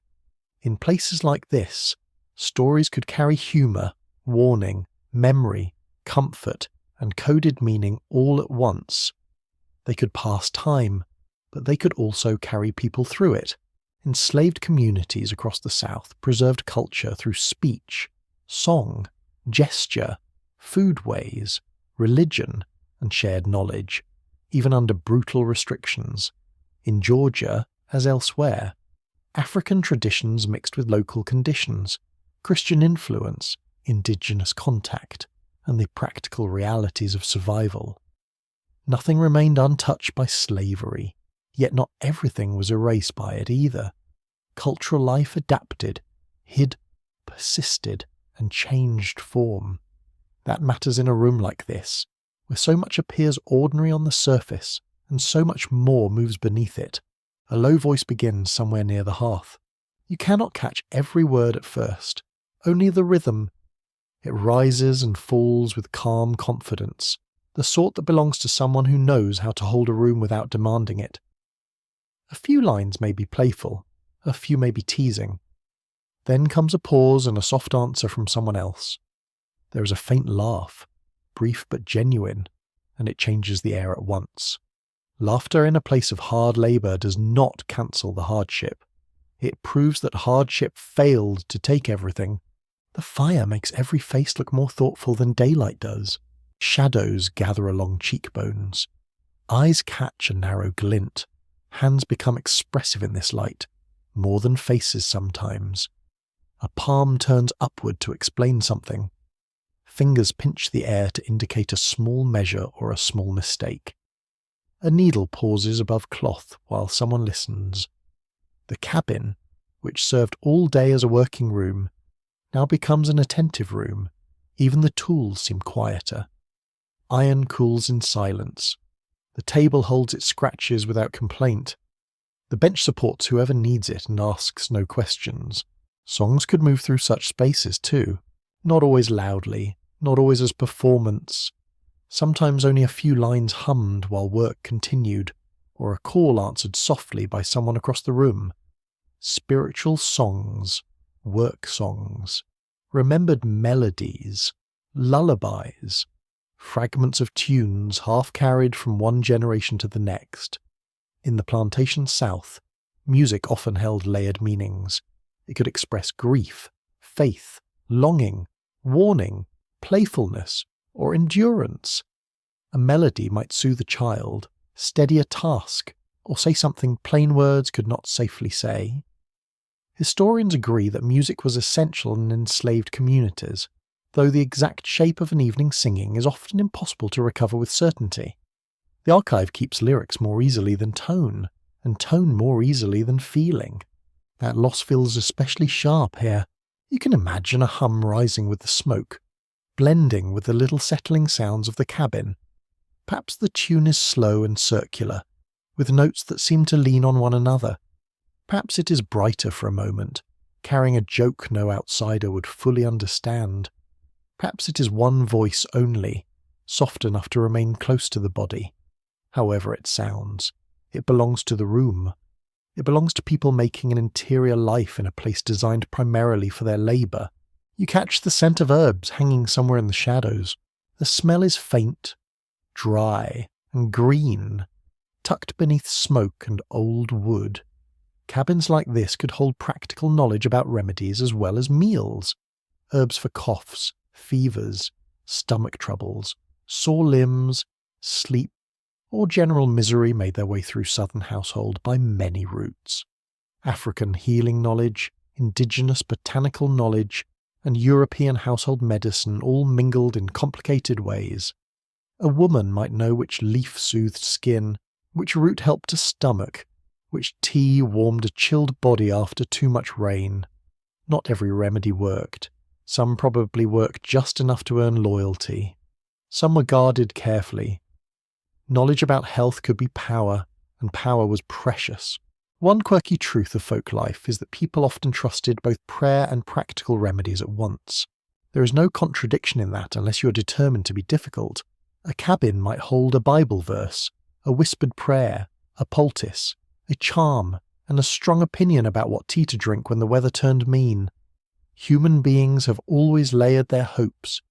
In a place where formal medical care was inconsistent and often shaped by indifference or exploitation, shared remedies mattered even more. You can imagine stories of signs and warnings passing around the fire. Not all are supernatural, though some may brush that edge. A bird calling at the wrong hour. A dream that feels too heavy to ignore. The look of clouds over the pines. The behaviour of an animal before bad weather. Folk belief often travels in such observations, half practical and half mysterious. In the South, belief worlds were rarely tidy. Christian language, African cosmologies, local omens, biblical imagery, and plain experience all mixed together. People do not live by neat categories when life itself refuses neatness. Historians still debate how openly certain beliefs could be practiced on plantations, and how much had to be disguised under acceptable forms. There is evidence of African continuities in spiritual life, burial customs, protective objects, healing practice, and oral tradition. Yet the exact meanings are often difficult to pin down. An object placed in a doorway, a charm hidden in a wall, a pattern repeated in speech. All may carry significance that the surviving record only hints at. Scholars can compare regions, trace themes, and make careful inferences, but full certainty often slips away just when it seems closest. Even uncertainty has a shape in this cabin. It lives in the pauses between words, in the glance that says a tale has more in it than appears, in the way certain names may be spoken softly or not at all. Stories told in such places were not always only entertainment. They could teach caution, they could encode resistance, they could preserve kinship memory when paper records did not. They could let children hear the names of places they had never seen. They could also simply make people smile after a long day, which is no small service. A child, if present, might lean toward the warmth and begin to droop. The firelight would make eyelids heavier. A grown voice nearby might keep talking in a gentle rhythm, not quite addressing the child and not quite ignoring them either. Lullabies and stories often overlap at the edges. Both ask the body to rest while the mind wanders somewhere safer. In a kitchen cabin after rain, with coals breathing low and the room wrapped in smoke and dim gold, it would not take much for sleep to begin stealing in. You notice the texture of the quiet between voices. It is not empty. Frogs continue outside, less loudly than earlier. Water still drops now and then from the roof edge. The fire gives a small inward sigh as a coal collapses. Cloth moves through careful fingers. A stool shifts an inch on the floor. Quiet in a shared room is never pure silence. It is woven from tiny permissions. No one needs to fill every moment. The cabin knows how to hold stillness without feeling abandoned. Another sort of memory may enter here too. Family memory. The naming of a grandmother. The mention of a child in another quarter. A recollection of food from a different county. A different plantation. Perhaps a different coast. Such talk can be plain and devastating at once. Under slavery, kinship was constantly threatened by sale, distance, and forced separation. To say a person's name aloud, to recall a habit or a recipe or a saying, could be an act of keeping them present against the intentions of the system. Memory itself becomes a shelter then, not secure but real. There may also be teasing. That is important to remember. Not every evening conversation in a hard place is solemn. Someone misjudges a loaf, drops a spoon, exaggerates a story, flatters themselves too boldly, and another voice cuts in with a line dry enough to make the room smile. Gentle sarcasm did not wait for modern life to invent it. Human beings have always found ways to puncture pride, especially when pride is one of the few luxuries available at no cost. The cabin's walls absorb all of this.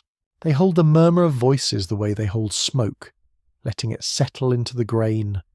The bench receives tired bodies and small laughter alike. The hearth throws the same light on a prayer, a joke, a warning, and a humming tune. Rooms used for labour often become the strongest keepers of human presence because they are inhabited so fully. Everything happens there. Hunger, work, care, irritation, memory, amusement, and quiet all pass through the same square of warmth. Outside, the plantation remains what it is. Authority still exists beyond the dark. Rules remain. Surveillance remains. Mourning will demand its due. None of that dissolves because a story is told near the fire. Yet the story still matters. The song still matters. The herb hanging to dry still matters. These small continuities are part of how people carried themselves through a world arranged to deny them wholeness. Culture was not a decorative extra. It was a way of remaining human where the system insisted otherwise. The coals burn lower, but they do not die. Their light pulses against the brick in a slow, living pattern. The cabin smells of smoke, dried herbs, warm wood, and the faint, clean trace of a cloth recently folded away. Voices quiet one by one. A final comment draws a low response. Then the room settles into a deeper hush, the kind that feels inhabited rather than empty. You sit with that hush and understand something essential. In the plantation kitchen cabin, after the labour and the meal, people could still make a small world of sound, memory, belief, and presence around the fire. It was fragile. It was incomplete. It was profoundly real. Beyond the cabin walls, the plantation stretches outward like a map drawn by power. You feel that more clearly at night, when the fire holds you in one small pool of light and everything outside must be imagined by shape, sound, and distance. The kitchen cabin is a world of brick, smoke, and human presence, but it stands inside a much larger design. Paths run through mud toward the main house, the quarters, sheds, barns, wells, fences, and fields. Each structure has its purpose. Each purpose fits into an economy that claims order while feeding on force.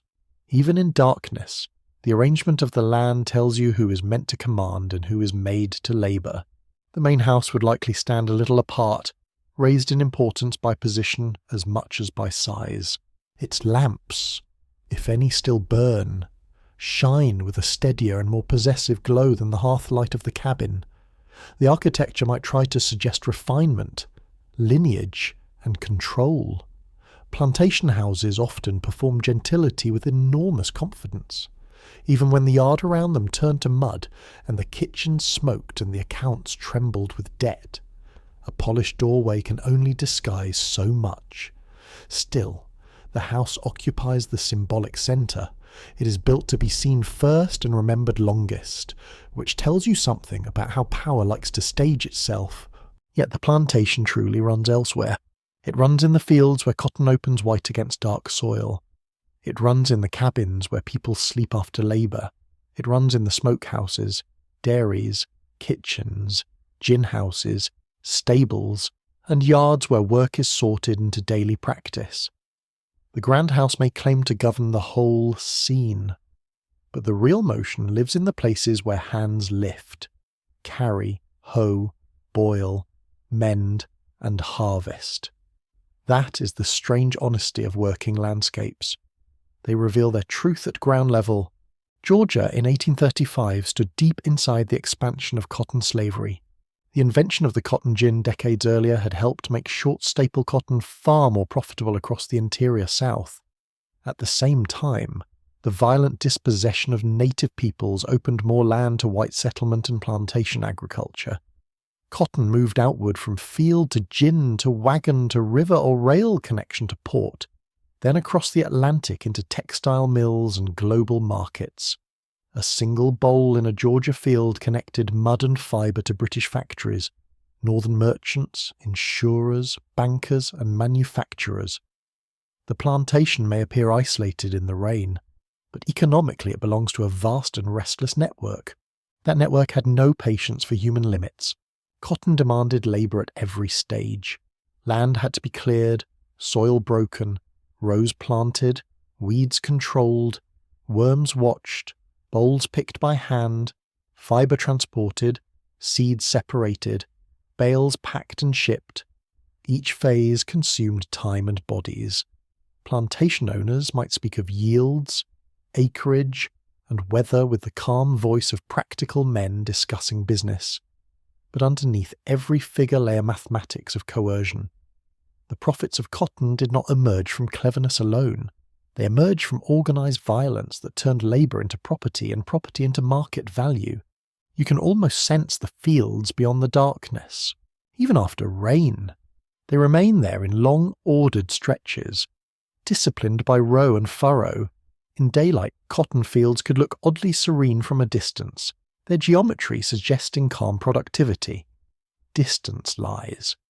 Up close there would be mud clinging to ankles, damp leaves against sleeves, insects worrying exposed skin, and the repetitive strain of picking, bending, carrying, and moving on. A field is never just scenery when labour is attached to it. It is time made visible. Not every Georgia plantation looked the same. Some were large operations with many enslaved people and broad acreage. Others were smaller holdings where a family sought to imitate planter status, with fewer resources and often harsher improvisation. Regional differences mattered too. Coastal Georgia had a distinct history tied to rice, indigo earlier on, and maritime trade. Inland counties leaned more heavily toward cotton and mixed farming. Some plantations produced corn, sweet potatoes, livestock, and garden crops alongside cash crops. Others chased cotton with the sort of single-minded devotion that left soil poorer and owners strangely pleased with themselves in the short term. The landscape of a plantation was also a social landscape. The placement of buildings communicated hierarchy. The main house was often positioned for oversight, visibility, or breeze. Work buildings clustered where they served household needs. Quarters stood at a regulated distance, near enough for control, far enough to maintain social lines. Paths formed from daily use more honestly than any drawn plan. Wells, wash areas, wood piles, and fence gaps all became part of a lived geography, known intimately by the people who moved through it under pressure. A plantation map made by an owner might highlight acreage. A map made by the labouring people would include shade, shortcuts, soft ground, hidden corners, and the places where you could hear someone coming. That second map is often the more truthful one. Listen carefully and the plantation begins to reveal itself through sound.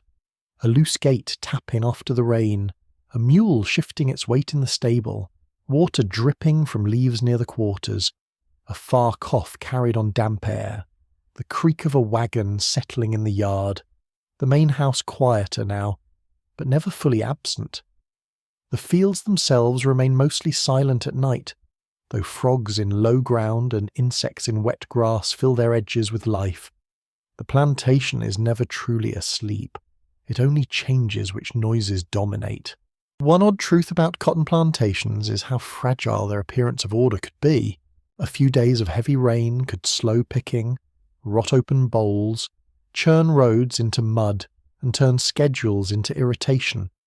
A broken gin part could bottleneck the entire harvest. A sick mule, a shortage of barrels, a damaged roof, a missed market. Any of these could unsettle the neat confidence of people who like to imagine themselves masters of a rational system. The plantation economy depended on control, yet nature, machinery, disease, and ordinary human unpredictability kept embarrassing that fantasy with great regularity. Inside the kitchen cabin you feel the larger economy only indirectly, but it is there in every object. Cornmeal in the barrel, salt in the crock, pork from hogs fattened and slaughtered, rice perhaps purchased, grown, or traded through local networks, iron pots imported through commerce, cloth worn thin by work, wood cut from nearby land. Even the fire belongs to the plantation economy in its way, because fuel had to be gathered and labour had to make it useful. The cabin may seem intimate, but it is threaded through with wider systems of land, trade, and ownership. Historians still debate how much autonomy enslaved communities carved out within plantation economies through garden plots, poultry raising, local exchange, fishing, hunting, and informal markets. Evidence suggests that in some places such activities offered limited material relief and a little room for personal skill or barter. In other places, conditions or restrictions narrowed those possibilities sharply. Georgia presents a mixed picture, shaped by region, plantation scale, and the choices of owners. The uncertainty matters because survival was often built from such narrow margins. A few eggs, a hidden patch of greens, fish from a stream. These could alter daily life more than a ledger would ever admit.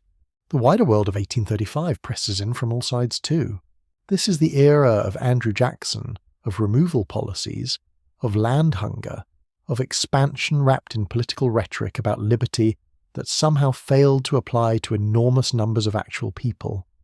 Georgia was central to the forced displacement of the Cherokee and other native nations from lands white settlers coveted. Cotton expansion rode that violence forward. A plantation in Georgia therefore stands not only on enslaved labour, but also on seized indigenous ground. The yard, the fields, the main house, and the cabin all occupy a landscape already shaped by prior dispossession. One system of power layered itself on another and called the result progress. You feel the heaviness of that without needing anyone to announce it. The rain-washed yard looks simple enough: mud, puddles, fence posts, dripping roofs. But beneath that ordinary surface lies a whole political world of laws, sales, mortgages, inheritance, debt, and force. Enslaved people could be counted as assets. Land itself could anchor credit. Cotton prices in faraway markets could shape daily decisions in Georgia kitchens and fields. The plantation was local in sensation and global in consequence. That is part of what makes it so haunting. A warm cabin on a wet night belongs unmistakably to world history. The great house may imagine itself separate from the work buildings. It is not. Its candles, its meals, its linens, its polished rooms, its breakfast coffee, and its claims to respectability all depend on the labour flowing from those outbuildings and quarters. The kitchen cabin serves the house, but it also quietly exposes it. Every loaf baked, every floor scrubbed, every bucket carried, every garment mended is evidence that comfort at the top rests on exertion below. The whole plantation is arranged to hide that truth in plain sight, and yet, for the people made to sustain it, the plantation was never only an economic structure.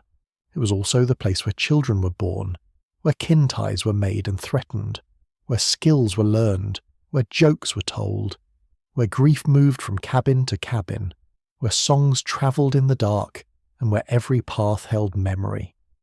That complexity matters. To describe the plantation only as a machine is accurate in one sense and incomplete in another. Human beings had to live within the machine, and living always produces more than the system intends. You look out towards the dark yard and think of all the routes feet must have taken across it. To the kitchen before dawn, to the fields after sunrise, to the well with a bucket, to the quarters with food or news, to the shed for wood, to the main house carrying trays, to a neighbour's doorway in the little pause after work. These paths would be marked not by ink but by wear, by habit, by necessity. Rain blurs them for a night, yet the next day feet will find them again. Repetition redraws the map. The fire behind you is lowered, but it still holds. Its glow outlines the doorway, catches the edge of a bucket, gleams on damp floorboards near the threshold. The room smells of old smoke, wet earth drifting in, and the faint lingering richness of supper. Beyond the walls, the plantation remains spread over the Georgia night, orderly in appearance, unstable in truth, tied to cotton, capital, stolen land, and human endurance. You sit in the small warmth of the cabin and feel the scale of it all. One modest room, one great system, both present at once, each shaping the other under the soft, unending darkness. The fire is burned down to a quieter kind of company. Flames no longer leap with the confidence of supper hour. Instead, the hearth glows in a low red bed, with occasional flickers rising through the coals, like thoughts you nearly forgot to think. The cabin feels larger at this hour, not because the walls have changed, but because sound has thinned and shadows have deepened. Rain lingers only as an occasional drip from the eaves. The roof no longer drums, it listens. Outside, the plantation lies under a dark calm that feels watchful rather than peaceful. You sit with that watchfulness and begin to sense the thoughts night invites. Daylight is practical. It tells you what must be carried, scrubbed, chopped, stirred, or endured. Night makes room for another set of questions. In a place like this, those questions would not be idle. They would live close to the skin. Who can be trusted? What can be hidden? What might change? What must be endured again tomorrow? The kitchen cabin, after labour and after voices have softened, becomes a place where thought itself seems audible. The room is full of traces now. A crumb missed on the table, a spoon drying near the wall, a cloth folded and set aside, a log settling inward with a dull glow at its heart. The smell is quieter too. Smoke still rules the air, but beneath it you find warm brick, cooling iron, damp pine, and the faint memory of cooked greens. Such small traces make the cabin feel inhabited even in silence. They remind you that life is made less from dramatic moments than from what remains after them. Night also sharpens uncertainty. Historians can reconstruct the broad patterns of plantation life in Georgia, but the inward life of a single evening remains harder to pin down. We know about crop systems, architecture, labour routines, legal structures, and material conditions. We know some names, some sales, some punishments, some inventories, some fragments of testimony. Yet the inner weather of a cabin after dark often escapes the record. Who lay awake listening for footsteps, who whispered plans too softly for walls to remember, who stared at the coals and thought of kin elsewhere. The archive preserves command with infuriating confidence and feeling with terrible reluctance. That does not mean feeling was absent. It means feeling had to survive in forms paper did not value, in pauses, in memory, in gesture, in habits passed along so naturally they looked almost invisible. Resistance especially could take subtle forms in such a place. Not every act of resistance was dramatic flight or open rebellion, though those existed and mattered deeply. Sometimes resistance lived in slowed labour, concealed knowledge, broken tools whose breakage could not be proved deliberate, private humour, guarded food, hidden literacy, secret movement, the protection of children, or the refusal to surrender an inner self to the logic of ownership. The cabin seems built for such guardedness. Its light does not travel far beyond the doorway. Its shadows offer corners where expression can soften out of sight. The sounds from outside arrive muted enough to be interpreted, and interpretation becomes its own skill. A step in mud, a branch dropping water, a door somewhere across the yard, a cough carried through damp air. Night teaches people to listen not only for what is there, but for what it might mean. On plantations, meaning could matter as much as fact. You look toward the door and imagine the dark paths beyond it. Some lead toward the main house, where rules and demands gather their proper names. Some lead toward the quarters, where kinship, fatigue, laughter, worry, and hope share tighter spaces. Some vanish into the larger darkness of fields and woods. Those outer spaces could represent danger, concealment, or possibility depending on the moment. Georgia's roads, swamps, creeks, and forests were part of the mental geography of slavery. To some, they marked boundaries, to others, chances. The same tree line could mean patrols to one person and refuge to another. Enslaved resistance in the South took many forms, and Georgia saw all kinds. There were slowdowns, thefts of food or goods that were not theft in any moral sense, covert teaching, concealed movement, sabotage, feigned illness, negotiations over daily tasks, and at times running away. Some attempts were temporary. Some were meant only to claim a few days beyond control. Others were desperate bids for permanent freedom. The odds were terrible. Dogs, patrols, notices, geography, weather, and betrayal all stood against escape. Yet people tried. They kept trying. That fact alone should disturb any story that presents plantation life as stable or accepted. At the level of the cabin, resistance might look smaller but feel no less significant. A cook saving a better portion for someone who needed it. A warning passed in ordinary-sounding words. An errand delayed just enough to create breathing room. A child taught a song, a prayer, a name, or a family connection owners would not have cared to preserve. A person pretending not to know something in order to protect someone else. These are difficult things to document cleanly. The record does not often stamp them with neat labels.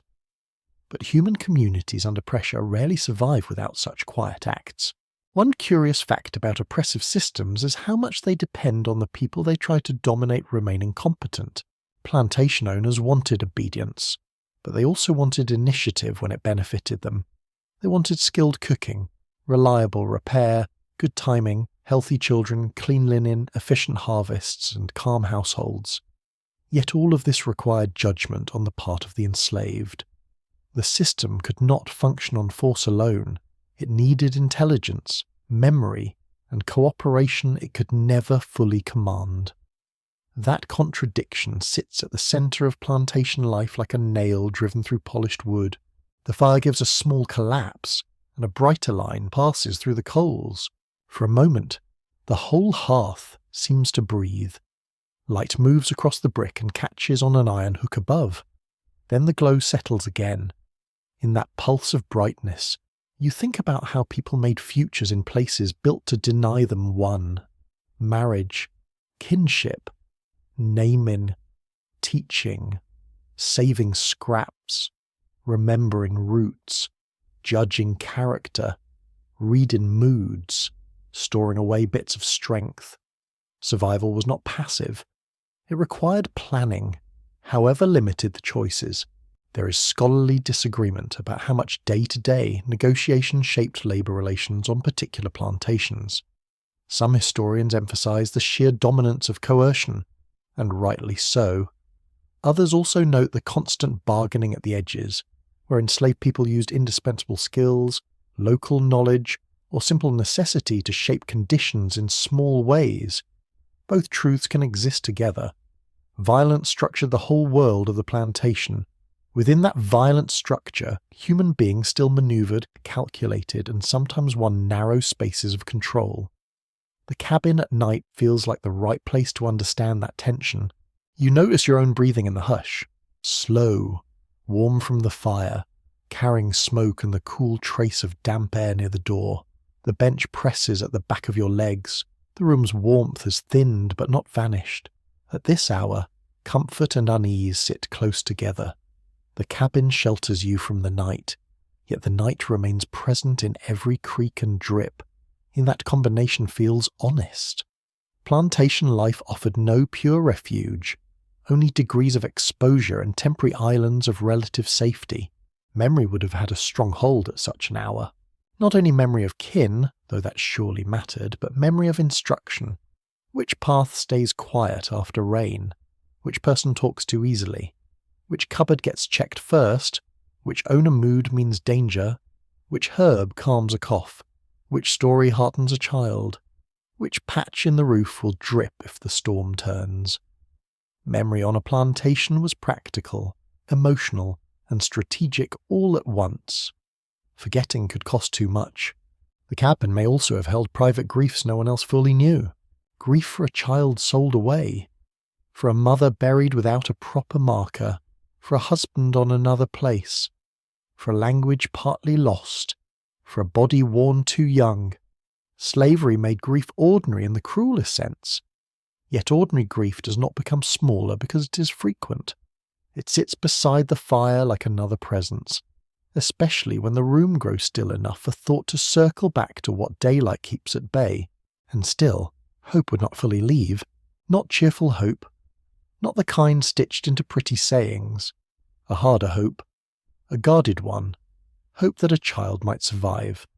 Hope that a person away might somehow return. Hope that tomorrow's work might pass without fresh harm. Hope that a little food could be saved. Hope that news from beyond the plantation might travel in. Hope that God had not abandoned the earth entirely, despite the evidence sometimes looking rather strong in the other direction. Outside, the frogs continue in the low wet ground.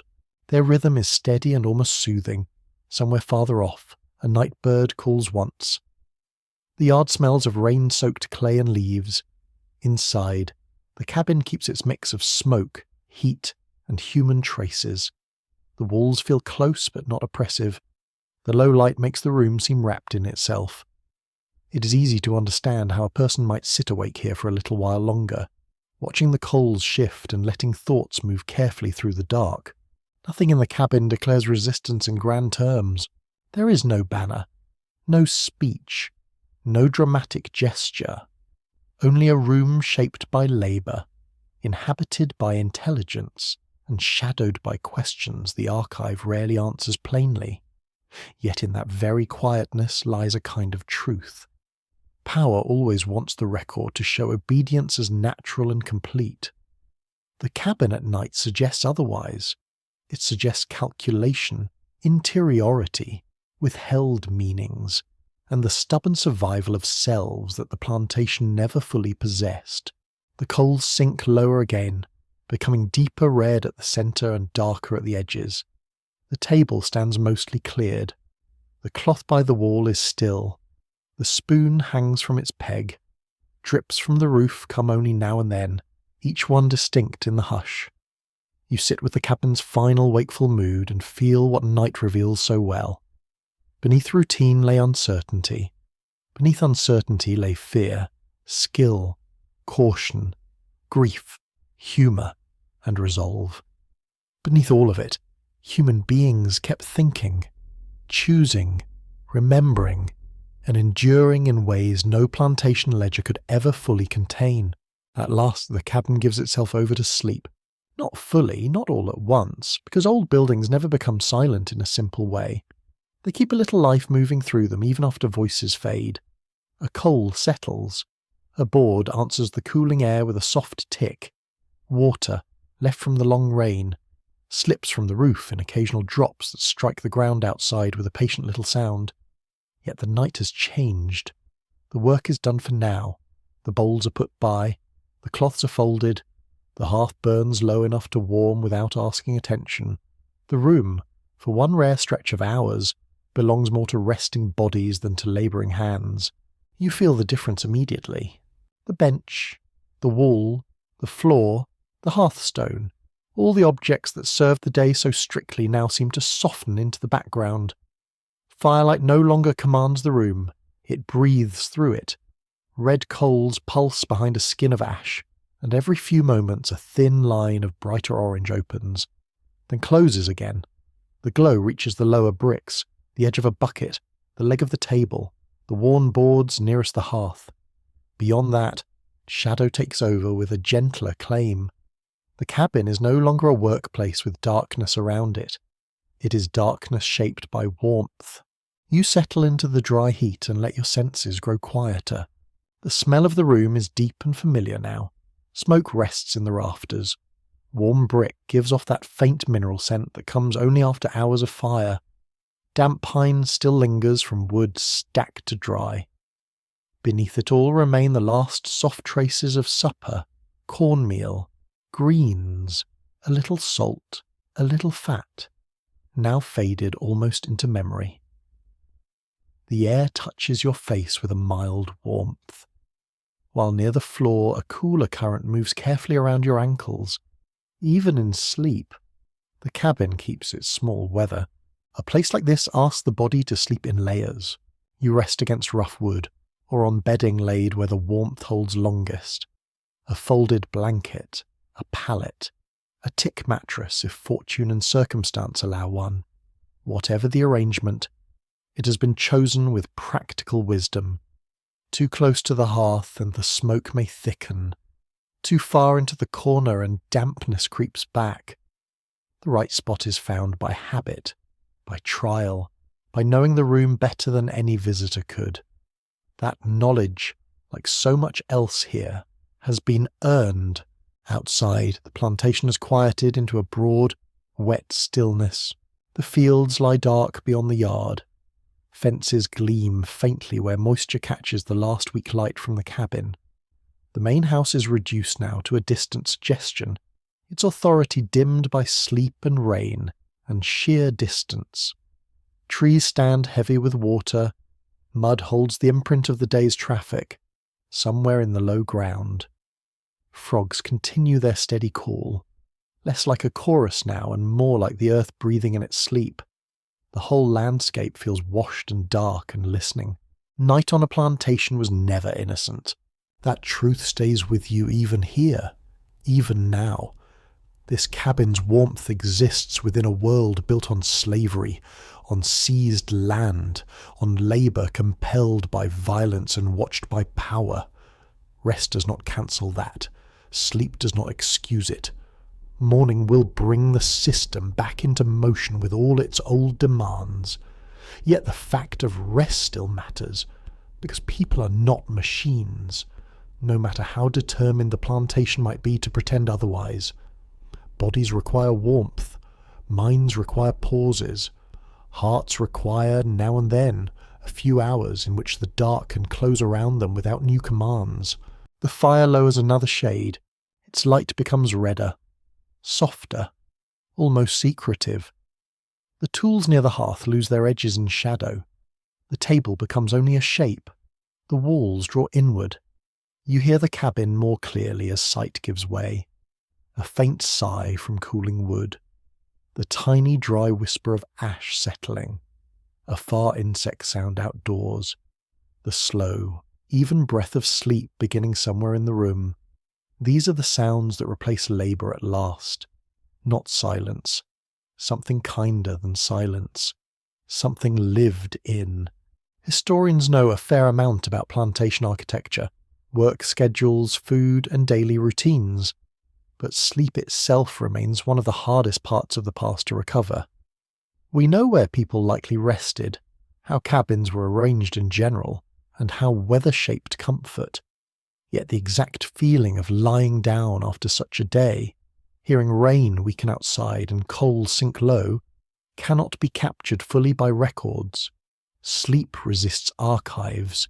It belongs to the body, to the dark, to the private edge of experience. That uncertainty is fitting somehow. The deepest part of the night keeps something for itself. You can imagine the body loosening, bit by bit. Shoulders fall first, then hands unclench. The jaw softens. The endless alertness of daylight does not disappear all at once, but it begins to release. Muscles warmed by the hearth stop bracing against damp and strain. Eyelids lower. Thought thins. The room that held smoke, labour, food, stories, and watchfulness now holds breathing, stillness, and the slow return of strength. Sleep in such a place is never luxury. It is recovery. It is necessity. It is one of the few things the night can give without asking permission. There is something deeply human in the last moments before sleep. No matter the century, no matter the hardship, there comes a point when the fire is low, the weather has said what it means to say, and the body chooses darkness. In the Georgia plantation kitchen cabin of 1835, that choice happens beneath soot-darkened beams and beside cooling brick. With smoke in the cloth and rain in the yard and the whole burden of the wider world held just beyond the walls, yet within the circle of dim red heat, there is also quiet and warmth and the humble mercy of being able to close your eyes. The frogs outside go on. A drip falls from the eaves, then another much later. Somewhere a board answers the changing air with one last small complaint. The coals settle lower still, turning from orange to a rich, sleeping red. The room grows softer at every edge. Shapes blur. The dark becomes less a thing outside the cabin and more a blanket laid across it. You lie there in the warmth left by wood and labour, with the smell of rain and smoke braided gently through the night, and the cabin seems to float in the darkness like a tiny ember the world has not yet blown out. Now the mind begins to drift. The yard dissolves first, then the fields, then the fences, then the great house itself, until there is only the hush of the cabin and the faint breathing glow of the hearth.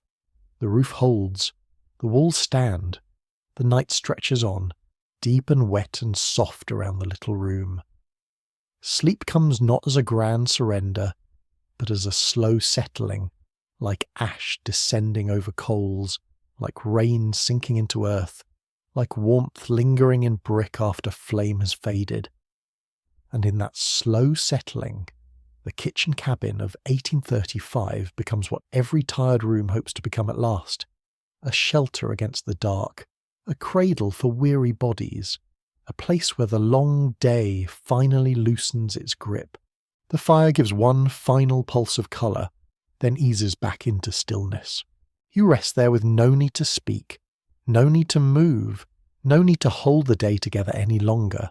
The smell of smoke softens. The air grows gentler. The night wraps the cabin completely now, with only the low red heart of the hearth alive in the shadows. The rain has gone almost silent. The frogs sound farther away.